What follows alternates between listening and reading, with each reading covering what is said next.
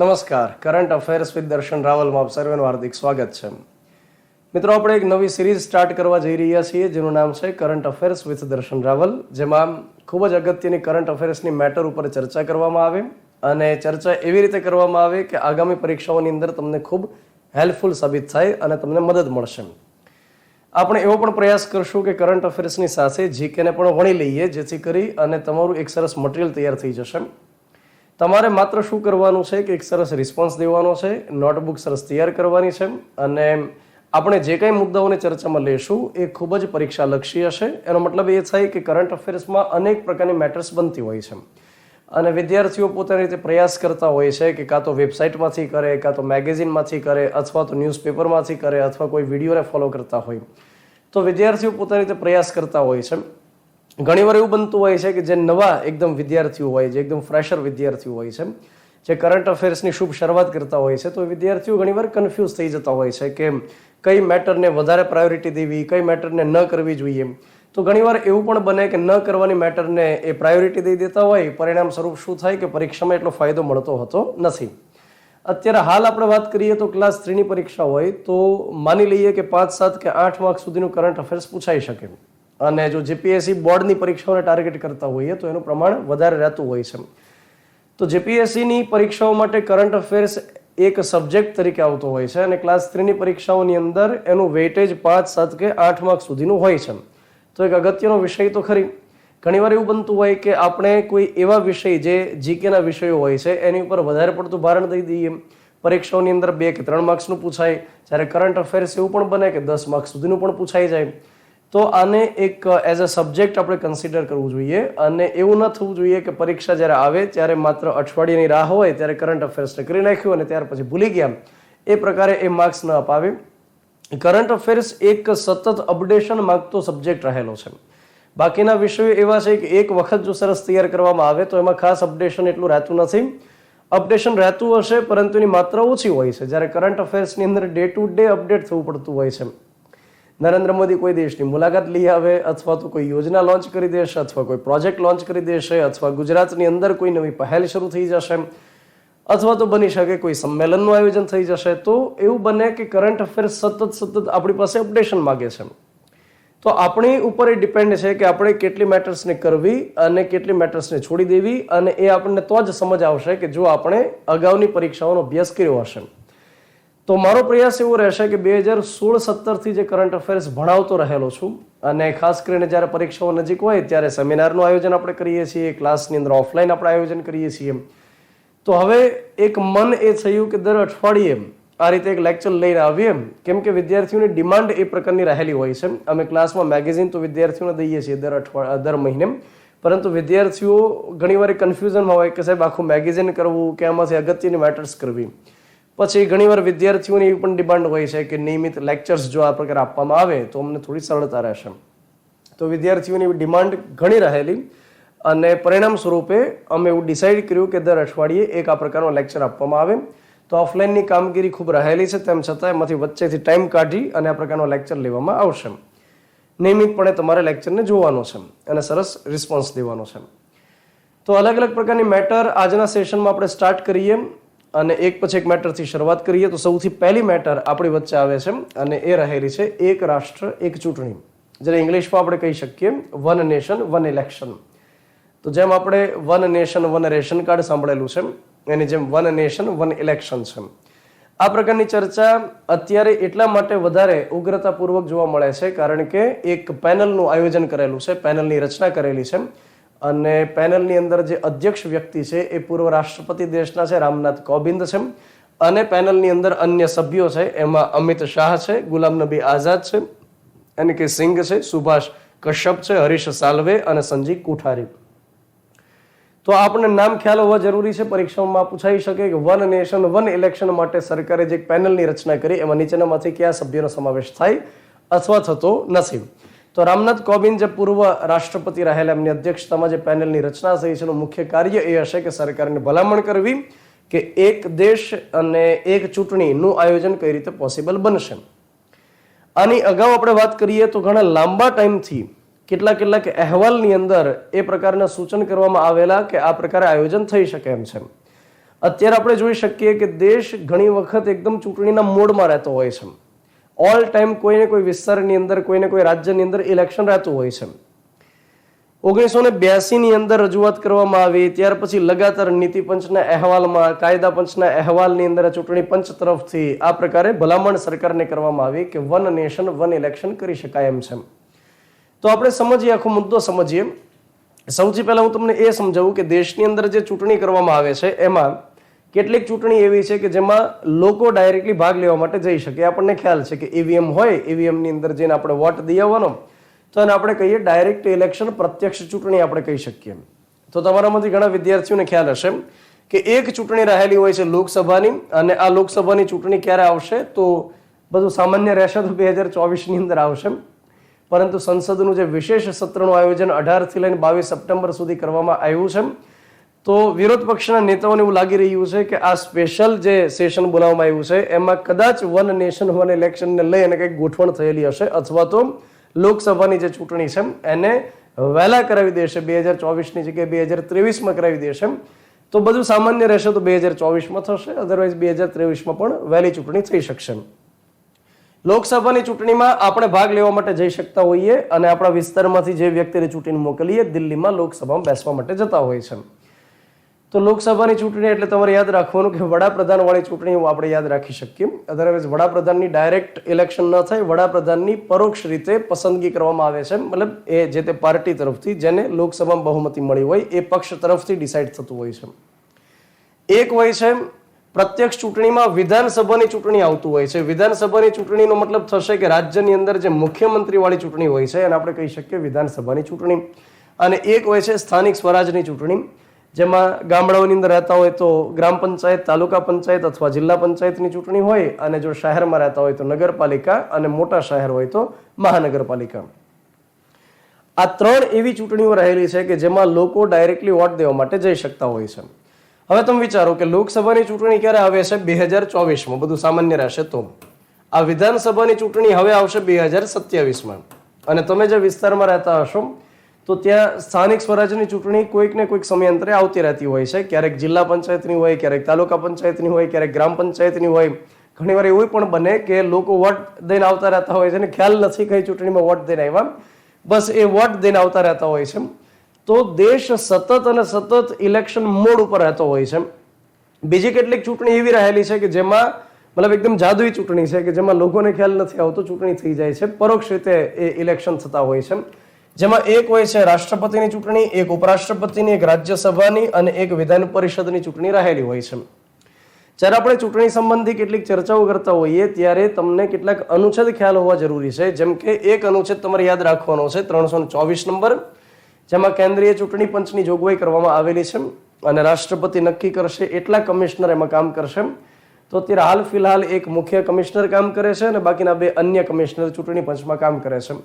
કેન્દ્રીય ચૂંટણી પંચ જે ચૂંટણીનું આયોજન કરે છે એમાં એક રાષ્ટ્રપતિની હોય, એક ઉપરાષ્ટ્રપતિની ચૂંટણી હોય, એક લોકસભાની હોય, એક રાજ્યસભાની હોય, એક વિધાનસભાની હોય અને વિધાન પરિષદની હોય. આ 6 પ્રકારની ચૂંટણી મિત્રો એવી રહેલી છે કે જે કેન્દ્રીય ચૂંટણી પંચ આયોજન કરે છે. ઘણા વિદ્યાર્થીઓને એવું થતું હોય છે કે સાહેબ વિધાનસભાની જે ચૂંટણી હોય ને એ રાજ્ય ચૂંટણી પંચ કરે, એ હળાહળ ખોટું છે. વિધાનસભાની ચૂંટણી કોણ કરશે? એ કેન્દ્રીય ચૂંટણી પંચ કરશે. ત્યાર પછી આપણે વાત કરીએ 243 કે અંતર્ગત રાજ્ય ચૂંટણી પંચનો ઉલ્લેખ કરવામાં આવેલો છે. અને રાજ્ય ચૂંટણી પંચ હંમેશા સ્થાનિક સ્વરાજની જે ચૂંટણી આવતી હોય છે એ કન્ડક્ટ કરાવડાવે છે. યાદ રાખો, ભારતની અંદર વોટ આપવા માટેની જે એજ રહેલી છે એ શરૂઆતની અંદર કેટલા વર્ષની હતી? 21 વર્ષની હતી. પરંતુ એક સમિતિ હતી, તારકુંડે સમિતિ, એમણે રાજીવ ગાંધીની સરકારને ભલામણ કરી કે 18 વર્ષની ઉંમરમાં જે તે યુવાનને, જે તે યુવકને બધા જ પ્રકારની ખબર પડી જાય છે. તો એને એ પણ ખ્યાલ આવે કે વોટ કોને દેવો કે કોને ન દેવો. તો 18 વર્ષે અને તમામ પ્રકારની જો મેચ્યોરિટી આવતી હોય તો એને એ પણ ખ્યાલ આવશે કે કઈ પાર્ટી સારી, કઈ નહીં સારી. મતલબ 18 વર્ષ એ મત આપવાની એજ હોવી જોઈએ. તો 21 વર્ષ પ્રારંભની અંદર હતી અને ત્યાર પછી રાજીવ ગાંધીની સરકારે એક બંધારણીય સુધારો કર્યો, 61 નંબરનો બંધારણીય સુધારો કર્યો. 61મો બંધારણીય સુધારો કરી એજને ચેન્જ કરી, 21 વર્ષથી ઘટાડીને 18 વર્ષ કરી. ચાહે લોકસભાની ચૂંટણી હોય, ચાહે વિધાનસભાની ચૂંટણી હોય કે સ્થાનિક સ્વરાજની ચૂંટણી હોય, તો એમાં વોટ આપવા માટેની જે એજ છે એ કેટલા વર્ષ છે? 18 વર્ષ છે. એનો મતલબ એ થાય કે લોકસભાની ચૂંટણી હોય, વિધાનસભાની ચૂંટણી હોય કે સ્થાનિક સ્વરાજની ચૂંટણી હોય, એમાં મતદાર માટેની જે યાદી હોય એકદમ સેમ ટુ સેમ હોય છે. એમાં ક્યારેય ચેન્જ નથી થતો. મતલબ એવું નથી કે લોકસભા માટે અલગ મતદાર યાદી, વિધાનસભા માટે અલગ મતદાર યાદી, એવું નથી. મતદાર યાદી એકદમ કોમન છે. અને એટલા માટે દેશની અંદર આ ચર્ચાનો વિષય છે કે તો વન નેશન વન ઇલેક્શન કેમ ન થવું જોઈએ. તો મતદાર યાદી બધાની એકદમ સમાન હોય છે. અને 326 નંબરના અનુચ્છેદમાં લખવામાં આવ્યું છે પુખ્ત વય મતાધિકાર વોટ આપવા માટે જેની ઉંમર 18 વર્ષની હશે તમામ વ્યક્તિઓ વોટ આપી શકશે. ત્યાર પછી આપણે આગળ સમજીએ. અહીંયા જે લખવામાં આવ્યું છે કે એક રાષ્ટ્ર અને એક ચૂંટણી, એનો અર્થ શું થશે? એનો અર્થ એકદમ સિમ્પલ છે કે જે દેશની અંદર ચૂંટણીઓ થાય છે એ એકદમ એક સમાન રીતે થઈ જાય, મતલબ કે એક સાથે થઈ જાય, એને કહેશું વન નેશન વન ઇલેક્શન. તો દેશની અંદર અલગ અલગ પ્રકારની જે ચૂંટણીઓ થાય છે, એમાં રાષ્ટ્રપતિની થાય, પછી ઉપરાષ્ટ્રપતિની થાય, રાજ્યસભાની ચૂંટણી થાય, એ જ રીતે વિધાન પરિષદની ચૂંટણી થાય. હવે આ જે ચૂંટણીઓ છે એ દેશમાં પરોક્ષ રીતે થાય છે, અને એટલા માટે આને આપણે છોડી દઈએ કે આ કદાચ બધાની સાથે ન થાય તો ચાલે, કેમ કે એમાં એટલું હ્યુમન રિસોર્સ વપરાતું નથી, એમાં એટલો બધો ખર્ચ નથી થતો જે પ્રત્યક્ષ ચૂંટણીઓની અંદર જે ખર્ચ થાય છે. તો આને આપણે સાઈડમાં કરી દઈએ. એવી ચૂંટણીઓ કે જેમાં લોકો વોટ દેવા માટે જાય, તો એક લોકસભા, એક વિધાનસભા અને એક સ્થાનિક સ્વરાજની જે ચૂંટણી હોય એ. તો અહીંયા આગળ તમે સમજો કે એક રાષ્ટ્ર એક ચૂંટણીનો અર્થ એ થશે કે જ્યારે કોઈ એક વ્યક્તિ વોટ દેવા માટે ગયો, બૂથ ઉપર ગયો, સામાન્ય રીતે જે સ્કૂલની અંદર બૂથનું આયોજન કરતા હોય છે, તો આપણે ત્યાં આગળ જઈએ, એક વ્યક્તિ નામની અંદર ટીક કરવાવાળો હોય, તરત પૂછશે કે નામ શું રહેલું છે, ટીક ત્યાં આગળ કરી નાખશે. ત્યાર પછી એક વ્યક્તિ હશે કે જે ડાબા હાથની પહેલી આંગળીએ શું કરી દેશે? સિલ્વર નાઇટ્રેટનો એક ટપકો મારી દેશે, જેનો મતલબ થાય કે ફરીવાર આંટો ન મારી જાય એટલા માટે. અને ત્યાર પછી ત્યાં આગળ આપણે જ્યારે વોટ દેવા માટે જઈએ તો એક ઈવીએમ પડ્યું હોય કે જ્યાં ત્યાં લખ્યું હોય લોકસભા, બાજુમાં એક ઈવીએમ પડ્યું હોય ત્યાં આગળ લખ્યું હોય વિધાનસભા, એની બાજુમાં એક ઈવીએમ હોય ત્યાં લખ્યું હોય તમારા ગામનો સરપંચ, મતલબ તમારે જેને વોટ દેવાનો છે એમ. એની બાજુમાં લખ્યું હોય કે તમારે ગ્રામ પંચાયતમાં જે તમે વોર્ડમાંથી આવ્યો છે, વોર્ડમાંથી ઉભેલો મેમ્બર. ત્યાર પછીનું એક ઈવીએમ હોય ત્યાં લખ્યું હોય તાલુકા પંચાયત, એની પછીની ઈવીએમમાં લખ્યું હોય જિલ્લા પંચાયત. એક વખત જશે અને બધા જ ઈવીએમની અંદર એ વોટ આપીને આવતો રહેશે. તો એને કહેવાય વન નેશન વન ઇલેક્શન, કે 5 વર્ષની અંદર એક જ વખત એણે બૂથની અંદર જવાનું અને એક સાથે બધી જગ્યાએ બધી ચૂંટણીઓ માટે વોટ આપી દેવાના. તો સામાન્ય અર્થ તો આ જ થાય, પરંતુ આ પોસિબલ નથી, કેમ કે એક સાથે બધી જ આ પ્રકારની ચૂંટણીઓ કરાવી દેવી પ્રેક્ટિકલી શક્ય નથી. અને પ્રેક્ટિકલી શક્ય કેમ નથી? એના માટે ઘણી બધી ચેલેન્જીસ રહેલી છે, જેની ચર્ચા આપણે હમણાં કરીએ. તો એકદમ આદર્શ રીતે જો આપણે વાત કરીએ, એકદમ આઈડિયલી વાત કરીએ, તો વન નેશન વન ઇલેક્શનનો મતલબ બસ આ જ થાય કે લોકસભાની ચૂંટણી, વિધાનસભાની, સ્થાનિક સ્વરાજ્યની ચૂંટણીઓ એક સાથે થઈ જાય. પરંતુ એની કરતા એનો સામાન્ય અર્થ બીજો એ પણ થાય કે તમે જ્યારે લોકસભાની ચૂંટણી કરાવો ત્યારે વિધાનસભાની ચૂંટણી કરાવી દો, અને ત્યાર પછી આગળ જતા સ્થાનિક સ્વરાજ્યની ચૂંટણી તમે અલગથી કરાવો.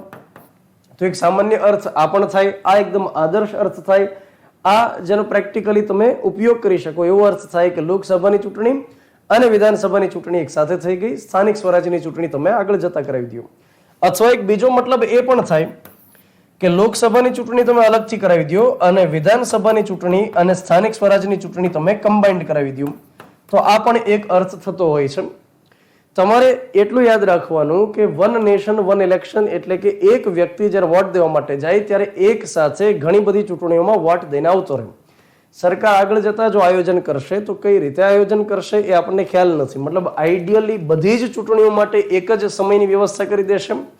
અને બીજું એક એ પણ આપણે યાદ રાખવાનું કે વન નેશન વન ઇલેક્શનનો મતલબ એવો નથી કે આખા દેશભરની અંદર એક જ સમયે એક જ ડેટ ઉપર બધી ચૂંટણીઓ થઈ જાય.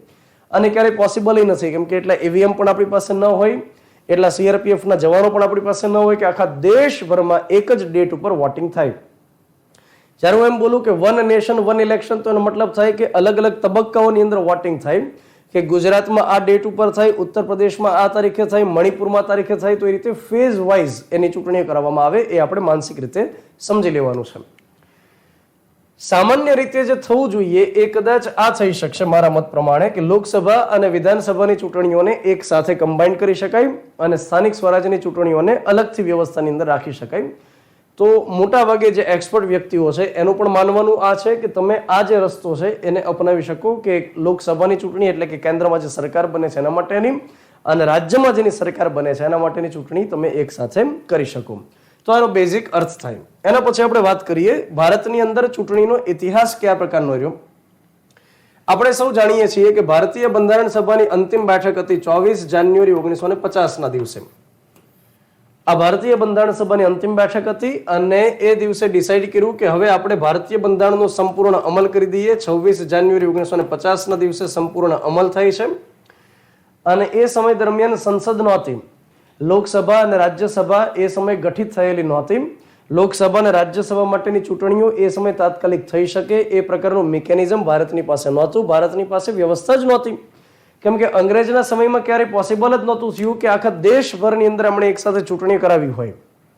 અંગ્રેજોના સમયની અંદર મતાધિકાર માત્ર 10% વ્યક્તિને મળેલો હતો, કેમ કે એ સમય કેટલાક ક્રાઇટેરિયા હતા કે જે વ્યક્તિ ટેક્સ ચૂકવતો હોય, જે વ્યક્તિએ શિક્ષણ મેળવેલું હોય, જે વ્યક્તિની પાસે સંપત્તિ હોય એ વ્યક્તિઓ વોટ આપી શકે. તો એ સમય એવું નહોતું કે પુખ્ત હોય મતાધિકાર, આ પ્રકારની સિસ્ટમ નહોતી. તો દેશની અંદર જે સૌથી પહેલી વખત ચૂંટણી થાય છે એ વર્ષ 1951 સ્ટાર્ટ થાય છે, ઓક્ટોબર 1951 અને ફેબ્રુઆરી 1952 સૌથી પહેલી વખત સામાન્ય ચૂંટણી થાય છે લોકસભા માટેની. અને એ સમયે દેશની અંદર સૌથી પહેલા જે ચૂંટણી કમિશનર હતા એનું નામ હતું સુકુમાર સેન. તો સુકુમાર સેન મુખ્ય ચૂંટણી કમિશનર હતા અને બંગાળની અંદર બંગાળ પ્રાંતમાં મુખ્ય સચિવ રહી ચૂકેલા હતા. અંગ્રેજની અંદર એ વ્યક્તિએ કામ કરેલું હતું. સુકુમાર સેનને તૈયાર કર્યા. એમણે દેશભરની અંદર ચૂંટણીઓ કન્ડક્ટ કરાવી. ઓક્ટોબર 1951 થી ફેબ્રુઆરી 1952 સુધી દેશની અંદર લોકસભા માટેની ચૂંટણીઓ શરૂ રહી અને એ જ સમય દરમિયાન દેશમાં વિધાનસભા માટેની ચૂંટણી પણ કરી દેવામાં આવેલી હતી. તો દેશમાં જ્યારે પહેલી વાર લોકસભાની ચૂંટણી કરી તો એની સાથોસાથ પ્રાંતની અંદર જે વિધાનસભા રહેલી હતી એની પણ ચૂંટણી થઈ ચૂકેલી હતી. ત્યાર પછી આપણે વાત કરીએ વર્ષ 1957 જ્યારે લોકસભાની ચૂંટણી કરવામાં આવી, મતલબ બીજી લોકસભાની ચૂંટણી જ્યારે કરવામાં આવી ત્યારે વિધાનસભાની ચૂંટણી કરાવી દેવામાં આવી. અને 1957 સુધીમાં તમને ખ્યાલ હશે કે રાજ્ય પુનર્ગઠન થઈ ચૂકેલું હતું, જે ફઝલ અલીની અધ્યક્ષતામાં રાજ્ય પુનર્ગઠન આયોગની રચના થયેલી હતી અને એમની ભલામણના આધારે 14 રાજ્ય અને 6 કેન્દ્ર શાસિત પ્રદેશ બનાવેલા હતા. તો 14 રાજ્યની ચૂંટણી પણ 1957 સાથે થઈ ગઈ. 1962 જ્યારે ત્રીજી લોકસભાની ચૂંટણી આવી તો એની સાથોસાથ વિધાનસભાની પણ ચૂંટણી કરાવી દીધી. 1967 જ્યારે લોકસભાની ચૂંટણી કરાવવામાં આવી તો એની સાથોસાથ વિધાનસભાની પણ ચૂંટણી કરાવી દેવામાં આવી. તો આ વન નેશન વન ઇલેક્શનનો જે ખ્યાલ રહેલો છે એ પહેલી 4 લોકસભાની ચૂંટણી સમય સુધી એ સચવાયેલો રહ્યો. અને આપણે એવું કહી શકીએ કે એક સાથે 4 લોકસભાની ટર્મ સુધી એક સાથોસાથ વિધાનસભાની ચૂંટણીઓ થતી રહી. એ સમયે સ્થાનિક સ્વરાજની ચૂંટણીઓ કરાવવાની કોઈ બાબત નહોતી, કેમ કે દેશભરની અંદર 1992 અધિનિયમ દ્વારા પંચાયતી રાજનો પ્રારંભ કરવામાં આવ્યો 24 એપ્રિલ 1993 થી. ત્યાં સુધી દરેક રાજ્ય માટે સ્થાનિક સ્વરાજની ચૂંટણીઓ કરાવી કમ્પલસરી નહોતી. દરેક રાજ્ય પોતાની અનુકૂળતા મુજબ એને લાગુ કરતા હતા. 1967 પછીથી આખું મિકેનિઝમ ખોરવાઈ ગયું અને આ પ્રકારે જે ખોરવાનું કારણ હતું એ હું તમને સમજાવું. સૌથી પહેલી વખત ઘટના બને છે વર્ષ 1959. વર્ષ 1959 કેરળમાં જ્યારે લેફ્ટ પાર્ટીની સરકાર રહેલી હતી તો ઇન્દિરા ગાંધી એ સમયે કોંગ્રેસ પાર્ટીના અધ્યક્ષ હતા અને એમણે લેફ્ટ પાર્ટીની સરકારને ભાંગી નાખી, મતલબ કે લેફ્ટ પાર્ટીની જે સરકાર હતી એનું વિસર્જન કરાવડાવ્યું અને એ સમયે 356 નંબર જે રાષ્ટ્રપતિ શાસન માટે આપણને આપવામાં આવેલો છે તો રાષ્ટ્રપતિ શાસનનો ત્યાં મિસયુઝ કરવામાં આવ્યો અને કેરળમાં લોકશાહી ઢબે રચાયેલી જે સરકાર હતી એને ત્યાંથી વિસર્જિત કરી દીધી. મતલબ પહેલી વખત આપણે એવું કહી શકીએ કે કેરળ રાજ્યની અંદર 356 નો મિસયુઝ ઇન્દિરા ગાંધીએ કરાવડાવ્યો.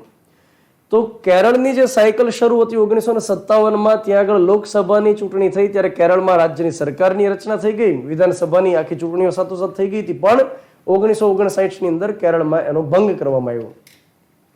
1967 લોકસભાની ચૂંટણી થઈ ત્યાર પછી ઘટના એ બની કે કોંગ્રેસની અંદર ભાગલા પડ્યા છે વર્ષ 1969 અને કોંગ્રેસમાંથી એક પક્ષ બની જાય છે ઇન્દિરા ગાંધી વાળો અને એક પક્ષ બની જાય છે કોંગ્રેસ જે વડીલ વર્ગ હતો, જે મોવડી મંડળ હતું, જે મોરારજી દેસાઈ હતા, ત્યાર પછી જે અલગ અલગ પ્રકારના કે કામરાજ કરીને જે નેતા હતા, મતલબ જે વરિષ્ઠ નેતાઓ હતા એનો એક અલગથી પક્ષ પડી જાય છે. તો કોંગ્રેસમાં ભાગલાઓ થઈ ગયા અને કોંગ્રેસમાં ભાગલા થવાથી શું થયું, પક્ષ પલટાઓની ઘટનાઓ બનવા લાગી અને એટલા માટે રાજ્યની અંદર જે વિધાનસભામાં બહુમતી જે પાર્ટીને મળેલી હોય તો એ પાર્ટીમાંથી પક્ષ પલટાઓ થયા અને જે સરકાર રચાયેલી હોય એનો ભંગ થવાનો શરૂ થઈ ગયો.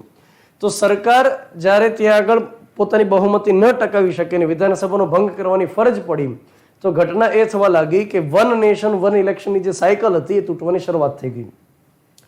ત્યાર પછી 356 નંબરનો ઘણીવાર મિસયુઝ કરવામાં આવ્યો. એકદમ સરસ રીતે સરકારો ચાલતી હોય અને ત્યાર પછી કહી દેવામાં આવ્યું કે આ ગેરબંધારણીય સરકાર ચાલે છે, તો એને સરકારને તમે કાઢી નાખો, સસ્પેન્ડ કરી નાખો અને ત્યાં આગામી સમયમાં નવી ચૂંટણીઓ કરાવી દો.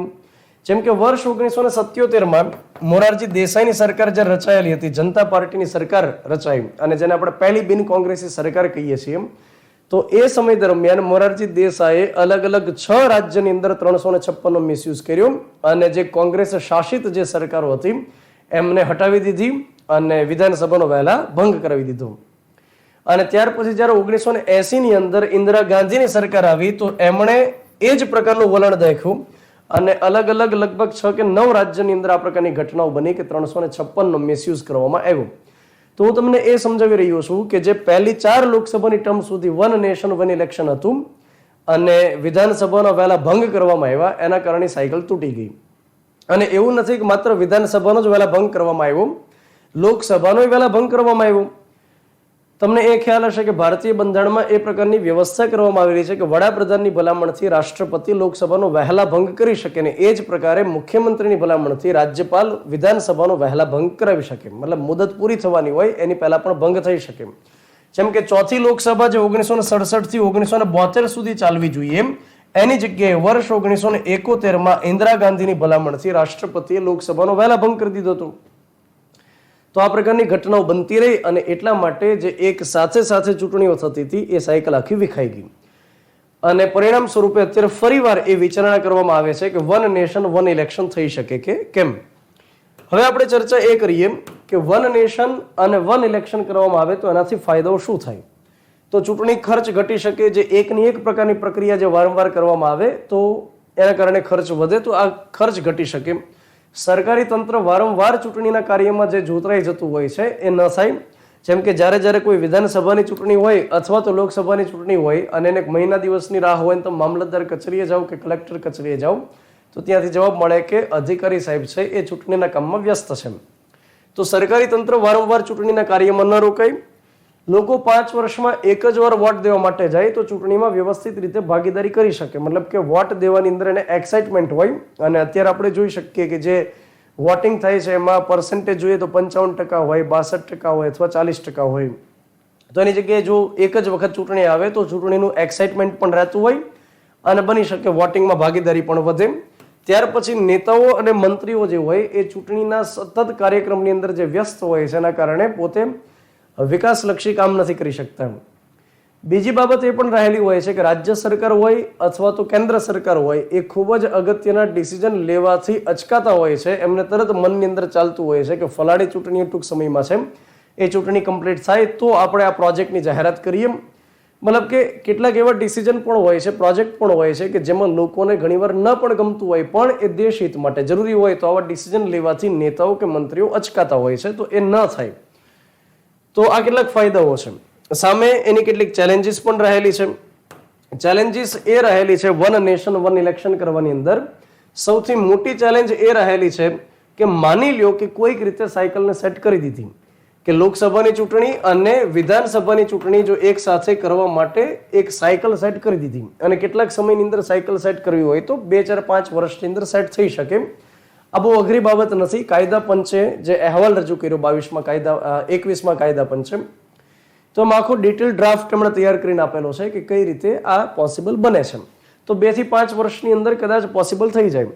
પણ એકવાર આ સાયકલ સેટ કર્યા પછી જો લોકસભાનો વહેલા ભંગ થઈ જાય કે વિધાનસભાનો વહેલા ભંગ થઈ જાય તો એ સમય શું કરી શકાય એને લઈ અને ખૂબ વધારે કન્ફ્યુઝન રહેલું છે.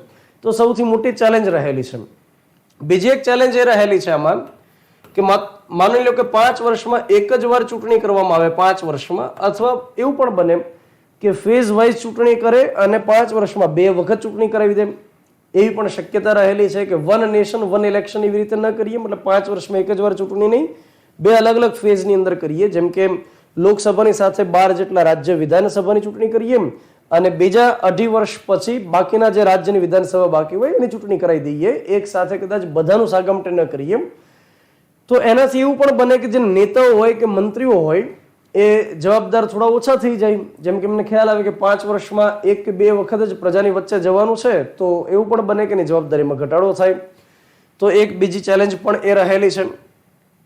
ત્યાર પછી એક ત્રીજી ચેલેન્જ આપણે જે કહી શકીએ એ પણ રહેલી છે કે જ્યારે વન નેશન વન ઇલેક્શન કરવામાં આવે તો લોકસભાની અને વિધાનસભાની જો એક સાથે ચૂંટણી કરવામાં આવે તો ઘણીવાર કેટલાક નેતાઓની લહેર ચાલતી હોય છે. જેમ કે સૌથી પહેલા જવાહરલાલ નહેરુની લહેર ચાલતી હતી, ઇન્દિરા ગાંધીની લહેર ચાલતી હતી, અટલ બિહારી વાજપેયીની લહેર પણ કામ કરતી હતી, અત્યારે નરેન્દ્ર મોદીની લહેર કામ કરે છે. લોકસભાની જ્યારે ચૂંટણી થાય ત્યારે રાષ્ટ્રીય મુદ્દાઓ કંઈક અલગ હોય, વિધાનસભાની જ્યારે ચૂંટણી થાય ત્યારે સ્થાનિક મુદ્દાઓ કંઈક અલગ હોય. તો જો એક સાથે વોટિંગ થાય તો એવી પણ શક્યતાઓ છે કે જે લોકસભા માટેના મુદ્દાઓ છે એને લઈ અને વિધાનસભાની અંદર વોટિંગ લઈ લેવામાં આવે તો લહેર કામ કરે, એના કારણે જે રિજિયોનલ પાર્ટી હોય, જે પ્રાદેશિક પક્ષ હોય એમને નુકસાન થઈ શકે. તો આ સૌથી મોટી ચેલેન્જ માનવામાં આવે છે. અને જે નાના નાના પક્ષ છે એમને બીક લાગે છે કે કોઈ એક નેતાના ચહેરાને ધ્યાને રાખી અને વોટિંગ કરાવી દેવામાં આવશે. ત્યાર પછી આપણે વાત કરીએ કે શું વિકલ્પ હોઈ શકે.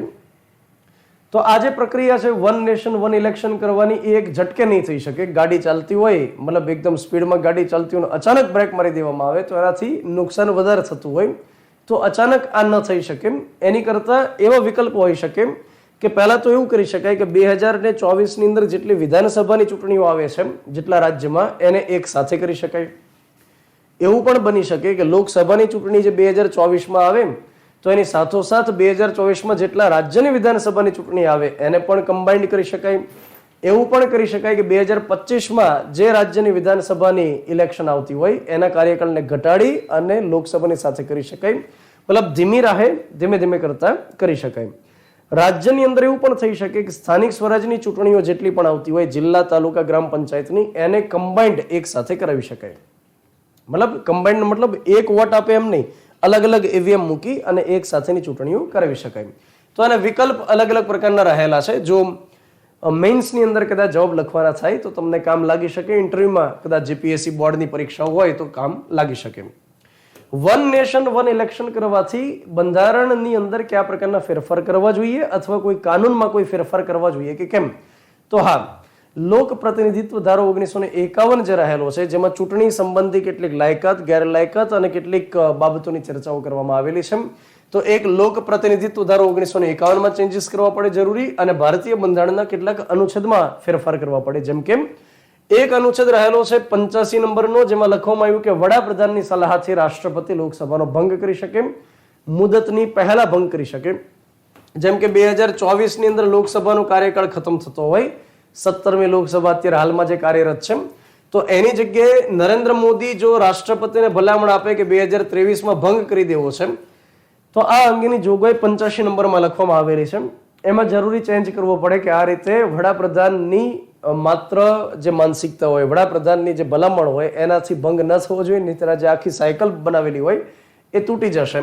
અને આ જ પ્રકારની જોગવાઈ અનુચ્છેદ 174માં કરવામાં આવેલી છે, જેમાં લખવામાં આવ્યું કે મુખ્યમંત્રીની ભલામણથી રાજ્યપાલ વિધાનસભાનો વહેલા ભંગ કરી શકે. એમાં પણ જરૂરી ચેન્જ કરવો જોઈએ કે મન થાય અને ભલામણ કરી દે એ પ્રકરણ ન થવું જોઈએ. અનુચ્છેદ 83 નંબરમાં લખવામાં આવ્યું છે કે લોકસભાની મુદત, અને 172 અંતર્ગત લખવામાં આવ્યું છે વિધાનસભાની મુદત.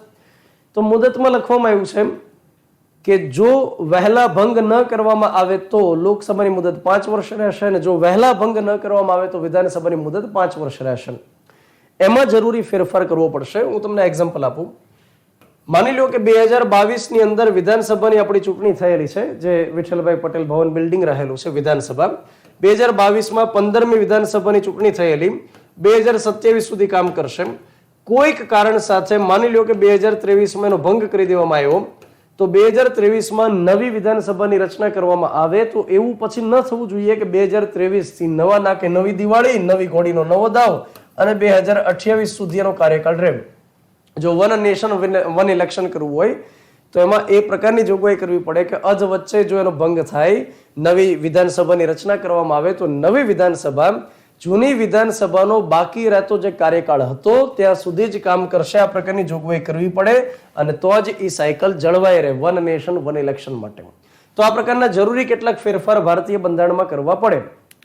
તો મિત્રો આ આપણે ચર્ચા કરી વન નેશન વન ઇલેક્શન માટેની.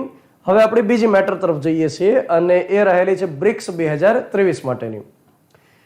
અલગ અલગ પ્રકારના સંમેલન પરીક્ષાઓની અંદર પૂછાય છે. ક્લાસ 3 ની પરીક્ષાઓમાં હવે તો પૂછવા લાગ્યા છે.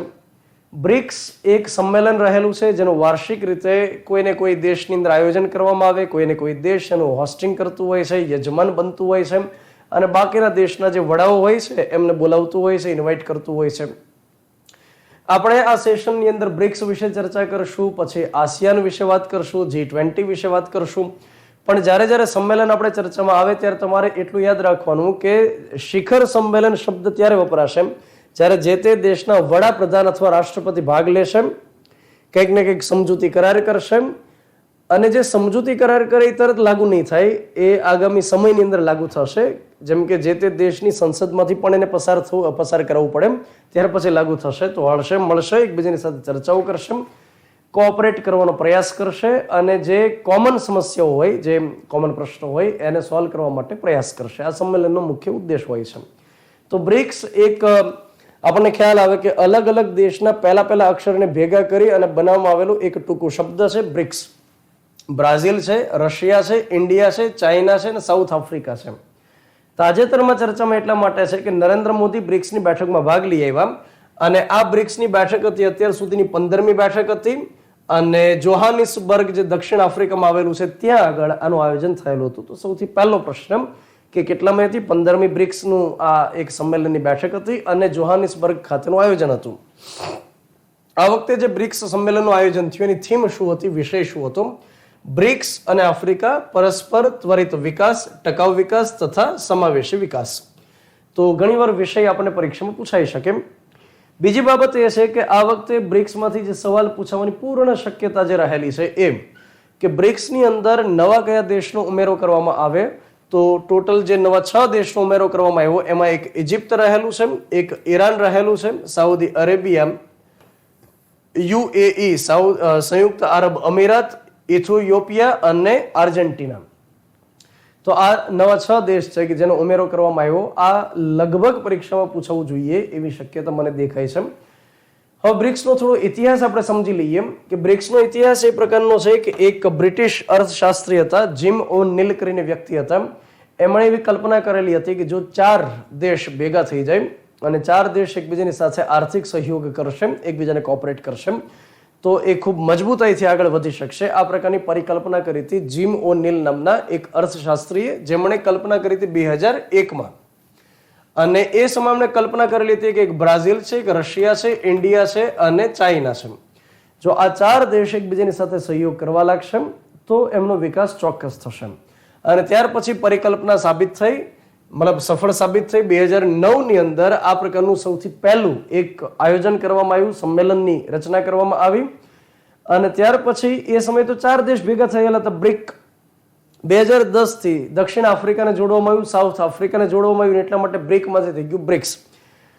સાઉથ આફ્રિકાએ કીધું કે ભાઈ સાંભળી લ્યો, તમે 4 દેશ જે પ્રકારની સમસ્યાનો સામનો કરો છો એ જ પ્રકારની સમસ્યાનો સામનો અમે કરીએ છીએ, તો અમને તમે સામેલ કરી દો. તો બ્રિક્સ બની ગયું.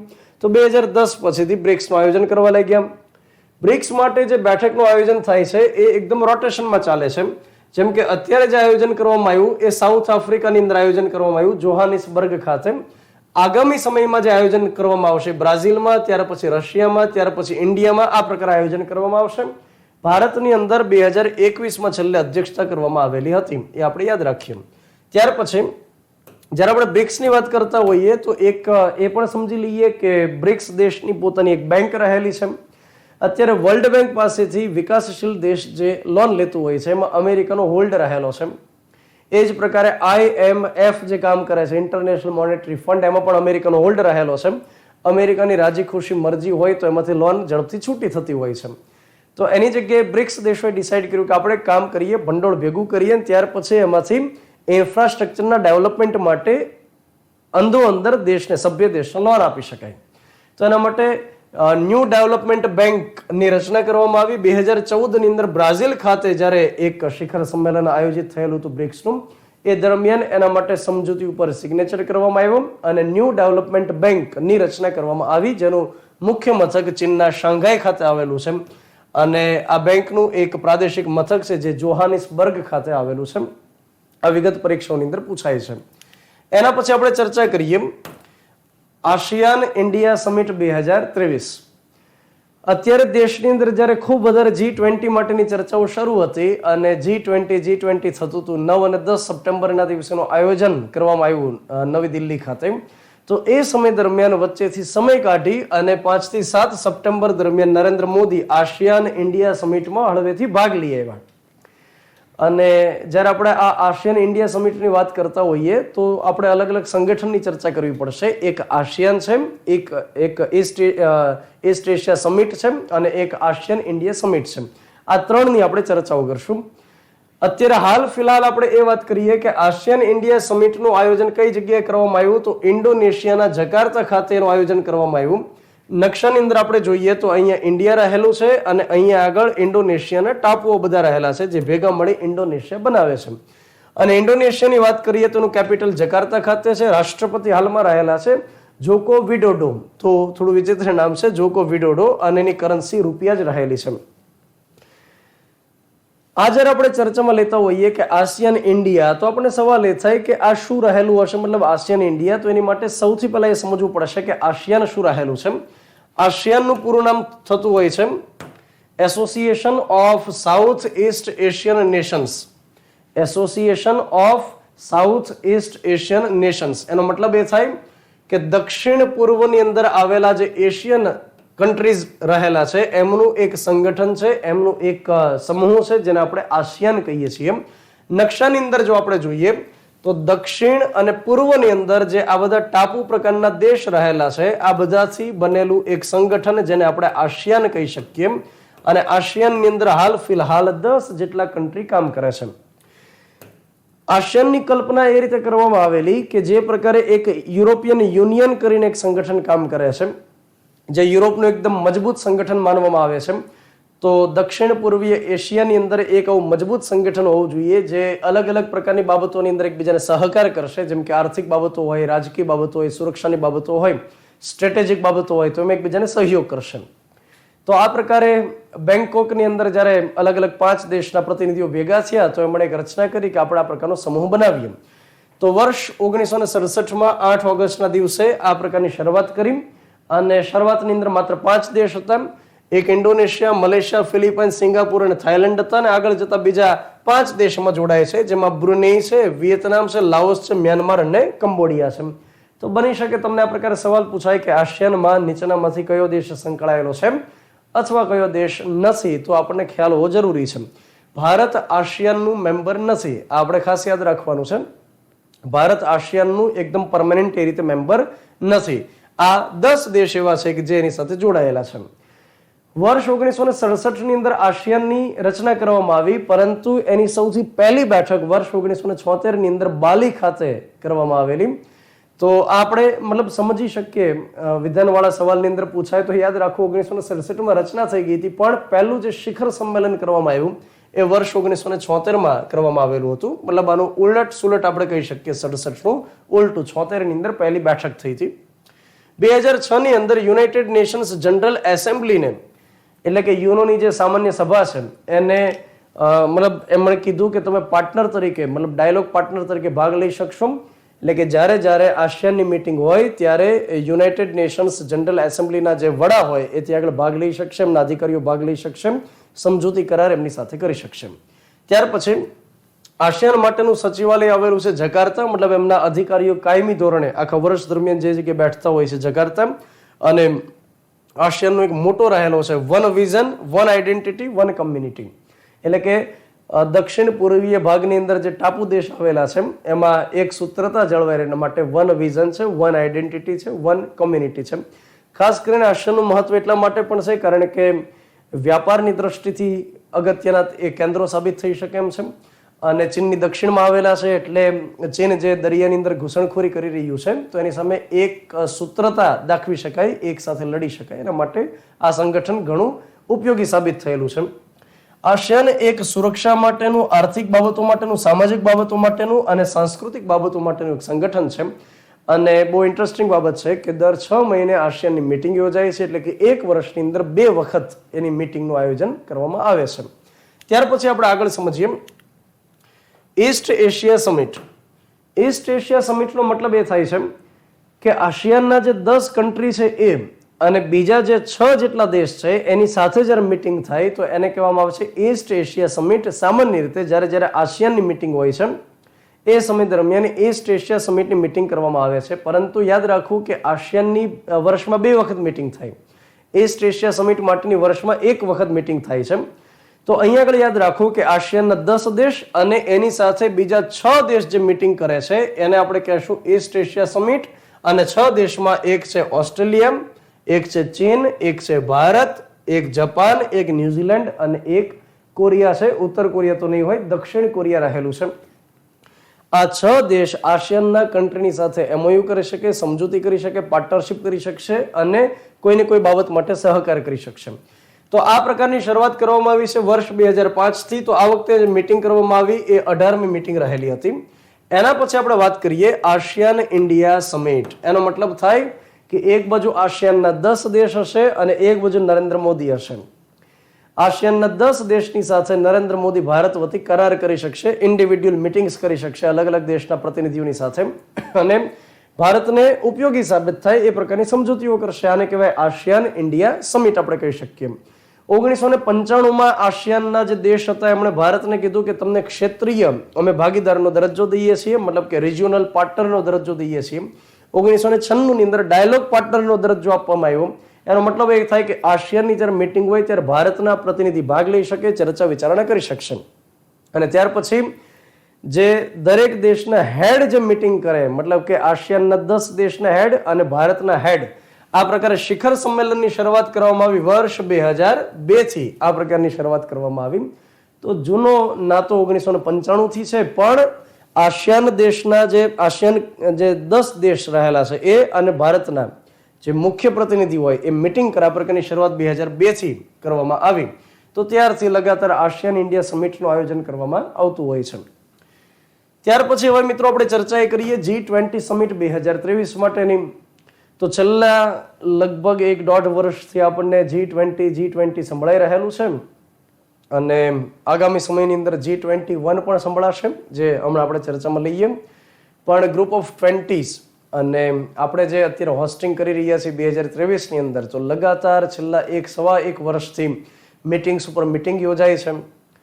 કેટલીક વાર દિલ્હીમાં મિટિંગ થાય છે, કેટલીક વાર વારાણસીમાં થાય છે, જમ્મુ કાશ્મીરમાં પણ મિટિંગ થઈ, ઉદયપુરમાં થઈ, અમદાવાદ ખાતે મિટિંગ કરવામાં આવી, મુંબઈ ખાતે, મતલબ મોટા મોટા ઘણા શહેરોની અંદર મિટિંગ કરવામાં આવી.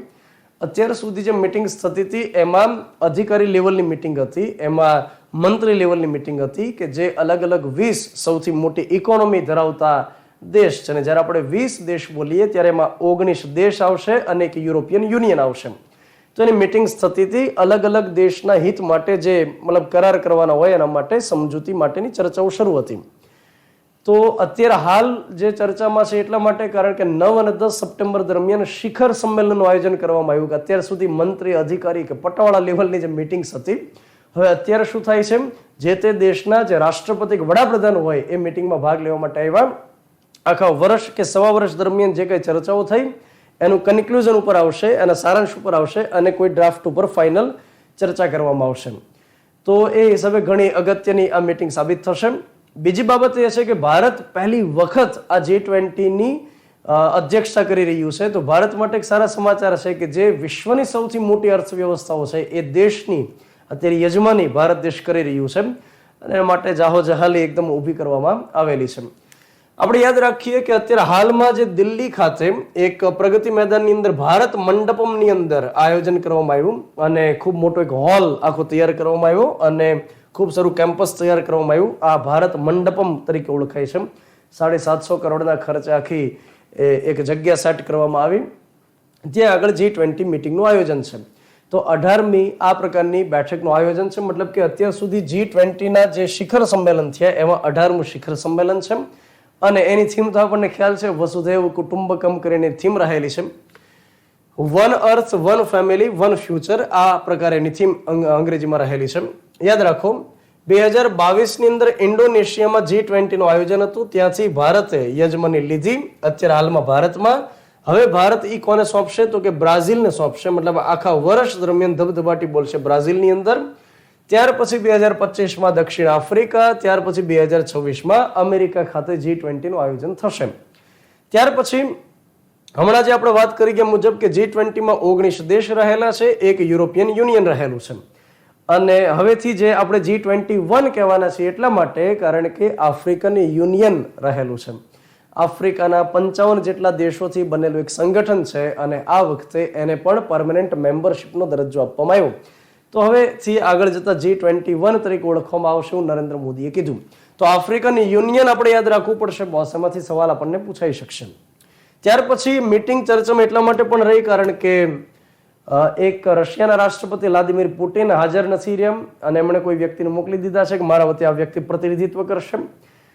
અને કેમ કે એમને ખ્યાલ હતો કે જે યુક્રેનની સાથે જે હમણે મતલબ ઝઘડો કર્યો છે, જે યુદ્ધ અત્યારે હાલ ફિલહાલ શરૂ છે, તો વ્લાદિમીર પુટિનને 5 સવાલ પૂછવામાં આવશે તો વ્યક્તિ હાજર નથી રહ્યા. એક શી જિનપિંગ છે જે પહેલેથી આડોડાઈ કરી રહ્યો છે, તો એમણે પણ અત્યારે મિટિંગમાં ભાગ નથી લીધી. અને એક બીજો પણ રાષ્ટ્રપતિ છે મેક્સિકોનો રાષ્ટ્રપતિ એન્ડ્રેસ મેન્યુઅલ લોપેઝ, એ પણ મિટિંગમાં હાજર નથી રહ્યો. તો એના કારણે પણ ચર્ચામાં રહેલું છે. આ 3 દેશના જે રાષ્ટ્રાધ્યક્ષ હોય એમણે ભાગીદારી નથી કરી. આવતી એમના વતી કોઈ પ્રતિનિધિ મોકલી દીધા છે. G20 માટેના ઇતિહાસની આપણે વાત કરીએ તો G20 નો મતલબ થશે ગ્રુપ ઓફ 20s. અને 26 સપ્ટેમ્બર 1999 થી એક શરૂઆત કરવામાં આવી. અને શરૂઆત એવી રીતે થઈ કે અલગ અલગ દેશના નાણાં મંત્રીઓ એકબીજાની સાથે મિટિંગ કરતા, અલગ અલગ દેશના જે સેન્ટ્રલ બેંકના હેડ હોય એકબીજાની સાથે મિટિંગ કરતા. તો આ પ્રકારની શરૂઆત થઈ. પરંતુ આગળ જતા વર્ષ 2008 થી શિખર સંમેલનની શરૂઆત કરી. G20 નો મુખ્ય ઉદ્દેશ જે શરૂઆતથી રહેલો હતો એ આર્થિક બાબતોની અંદર સહયોગ કરવો એ પ્રકારનો રહેલો હતો. તો શરૂઆતમાં 1999 થી જે તે દેશની સેન્ટ્રલ બેંક, આપણે જેમ RBI હોય જે તે દેશની, એ બેંકના ગવર્નર મળે, નાણામંત્રી મળે. પરંતુ જ્યારે અમેરિકાની અંદર મંદીનો માહોલ સર્જાઈ ગયો ત્યારે ખ્યાલ આવ્યો કે એકબીજા દેશની સાથે જો સારા કરાર થઈ ગયા હશે અને ટ્રેડ માટેના એગ્રીમેન્ટ થઈ ગયા હશે તો એકબીજાને મતલબ મદદ મળશે અને મજબૂતાઈ મળશે. તો 2008 પછીથી શિખર સંમેલનની એમને શરૂઆત કરી દેવામાં આવી. સાથે એક બાબત આપણે એ પણ યાદ રાખીએ કે G20 ની મીટિંગ હોય અને જે તે દેશ વતી જે વ્યક્તિ પ્રતિનિધિત્વ કરે અને સમજૂતી કરાર માટે આગળ વધે એ વ્યક્તિને શેરપા તરીકે ઓળખવામાં આવતું હોય છે. અને ભારત તરફથી જે વ્યક્તિ શેરપા છે G20 માટે એનું નામ છે અમિતાભ કાંત. તો આ વિગત કદાચ આપણને પરીક્ષામાં કામ લાગે. એના પછી એક બીજી બાબત જે પરીક્ષામાં આપણને પૂછાઈ શકે કે આ વખતે તમે જોયું હશે કે જે જાડુ ધાન્ય છે એની ઉપર વધારે ફોકસ કરવામાં આવે છે. અને G20 માટેના જે હેડ આવેલા હતા એમના માટે જે ભોજનનું આયોજન કરેલું હતું એમાં પણ આ જાડા ધાન્ય ઉપર આધારિત જે વાનગીઓ હતી એ પીરસવામાં આવી. અને જાડુ ધાન્ય જેને આપણે બાજરો હોય, જુવાર હોય, રાગી હોય, આ બધાને જે કહેતા હોઈએ એને શ્રી અન્ન એ પ્રકારે નામ આપેલું છે. અને જેને બીજા શબ્દોમાં આપણે મિલેટ્સ કહેતા હોઈએ ઇંગ્લિશમાં. તો જાડુ ધાન્યનું ઉત્પાદન વધુ થાય, વધુ ઉત્પાદન થાય તો પ્રમાણમાં એની કિંમત સસ્તી થાય, અને પ્રમાણમાં કિંમત સસ્તી થાય તો વધુ લોકો ખાઈ શકે અને એ વધુ લોકો એને પરચેસ કરી શકે, એફોર્ડ કરી શકે તો ભૂખમરો ઓછો થાય. તો એ ઉદ્દેશ સાથે આંતરરાષ્ટ્રીય જાગૃતિ ફેલાય એટલે આંતરરાષ્ટ્રીય વર્ષ તરીકે આને ઓળખવામાં આવે છે. ઇન્ટરનેશનલ યર ઓફ મિલેટ તરીકે ઓળખવામાં આવે છે. તો એને ધ્યાને રાખી એક પહેલ શરૂ કરવામાં આવી છે જેનું નામ છે મહર્ષિ. અને વારાણસી ખાતે જે G20 માટેની બેઠક હતી એ દરમિયાન મહર્ષિ ઇનિશિયેટિવ ચર્ચામાં આવેલું છે. Millets and other ancient grains international research initiative, આ પ્રકારનું પૂરું નામ થાય છે. તો મિલેટ્સ એન્ડ અધર એન્શિયન્ટ મતલબ કે પ્રાચીન સમયથી ઘણા લાંબા ટાઈમથી જે આપણને જાડુ ધાન્ય જોવા મળે છે એ millets and other ancient grains international research initiative કરીને એક પહેલ શરૂ કરવામાં આવી જાડા ધાન્ય ઉપર રિસર્ચ કરવા માટે. અલગ અલગ દેશ સહકાર સાથે એના માટે થઈ. તો મહર્ષિ એ શું રહેલું છે કદાચ સવાલ પરીક્ષામાં પૂછાય તો આપણને ખ્યાલ હોવો જોઈએ કે મિલેટ સાથે સંકળાયેલી એક પહેલ છે. આમાંથી સવાલ ઘણીવાર પરીક્ષામાં પૂછાય છે કે G20માં નીચેનામાંથી કયા દેશનો સમાવેશ થાય છે અથવા કયા દેશનો સમાવેશ થતો નથી. તો અહીંયા નામ લખેલા છે, તમે વિડીયોને પોઝ કરી અને કદાચ સ્ક્રીનશોટ પાડી દો અથવા તો લખી દો. 1 થી 2 વખત નજર ફેરવી નાખવાની. પરીક્ષામાં પૂછાય 4 ઓપ્શન હોય તો એમાં બસ આપણને સ્ટ્રાઇક થઈ જાય કે હતું અથવા નહોતું.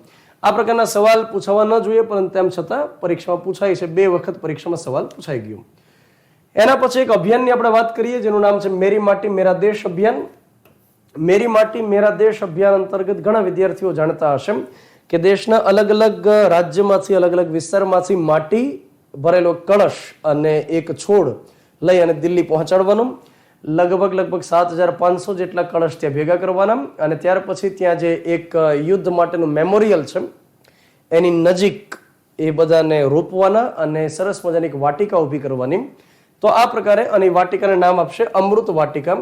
તો દેશના અલગ અલગ વિસ્તારમાંથી ખૂણે ખાંચરેથી જે માટી ભેગી થશે, જે વૈવિધ્યનું એક ઉદાહરણ હશે, તો એ માટી અને છોડ કળશમાં લઈ અને દિલ્હી ભેગા કરવાના અને એક અમૃત વાટિકા તૈયાર કરવા માટેનું અભિયાન છે. અને આ અભિયાન માટેની ઘોષણા મન કી બાત જે કાર્યક્રમ અત્યારે ચાલુ રહેલો છે, દર મહિનાના છેલ્લા રવિવારે જે મન કી બાત નરેન્દ્ર મોદી કરતા હોય છે, તો 103માં એપિસોડ અંતર્ગત આ મન કી બાતમાં વાત કરી, ઘોષણા કરી. 9 ઓગસ્ટ 2023થી આ અભિયાનનો પ્રારંભ કરવામાં આવ્યો. તો કદાચ જો સવાલ વિધાનવાળા હોય તો આપણને કામ લાગી શકે. એના પછી આપણે વાત કરીએ કે મેરી માટી મેરા દેશ અભિયાન અંતર્ગત 5 સૂત્રી કાર્યક્રમ છે. અલગ અલગ સ્થાનિક સ્વરાજની સંસ્થાઓની અંદર આ કાર્યક્રમ કરવા માટેની વાત છે. જે તે ગામડાના સરપંચ હોય, તાલુકાના પ્રમુખ હોય, જિલ્લાના પ્રમુખ હોય, તમને કહેવામાં આવે છે નગરપાલિકા, મહાનગરપાલિકા લેવલે પણ આ કાર્યક્રમ કરવામાં આવે છે. વીર શહીદના સ્મારક બનાવવામાં આવે, ત્યાર પછી પ્રતિબદ્ધતાના શપથ લેવામાં આવે, વસુધા વનધન ઊભું કરવામાં આવે અને વાટિકાઓ ઊભી કરવામાં આવે, વીરોને વંદન કાર્યક્રમ કરવાનો અને રાષ્ટ્રીય ધ્વજ લહેરાવવાના કાર્યક્રમ કરવામાં આવે. તો મેરી માટી મેરા દેશ અંતર્ગત સ્થાનિક જે સ્વરાજની સંસ્થાઓ છે એમાં આ પ્રકારના નિર્દેશ આપવામાં આવ્યા કે તમે લોકોને ભેગા કરો, જાગૃત કરો અને આ પ્રકારના કાર્યક્રમ કરો. ત્યાર પછી આઝાદી કા અમૃત મહોત્સવ છેલ્લે ઓગસ્ટ મહિનામાં ચર્ચામાં રહ્યું. આપણને સૌને ખ્યાલ છે કે ભારતની આઝાદીના 75 વર્ષ કમ્પ્લીટ થઈ ગયા અને જેના માનમાં આઝાદી કા અમૃત મહોત્સવનો પ્રારંભ કરવામાં આવેલો હતો. આઝાદી કા અમૃત મહોત્સવનો પ્રારંભ થાય છે 12 માર્ચ 2021ના દિવસે. 12 માર્ચ એટલા માટે જાણીતી તારીખ છે કારણ કે 1930ની અંદર દાંડી યાત્રાની શરૂઆત ગાંધી બાપુએ કરેલી હતી. તો 12 માર્ચ 2021ના દિવસે નરેન્દ્ર મોદીએ સાબરમતી ખાતેથી અમૃત મહોત્સવનો પ્રારંભ કર્યો અને એ અમૃત મહોત્સવ કમ્પ્લીટ થઈ ગયો 15 ઓગસ્ટ 2023ના દિવસે, મતલબ 75 અઠવાડિયા પછી આ કાર્યક્રમ પૂર્ણાહુતિ એની થઈ અને અલગ અલગ કાર્યક્રમ કરવામાં આવ્યા, જેમાં 75ની મુખ્ય થીમ રાખવામાં આવેલી હતી કેમ કે 75 વર્ષ કમ્પ્લીટ થાય છે.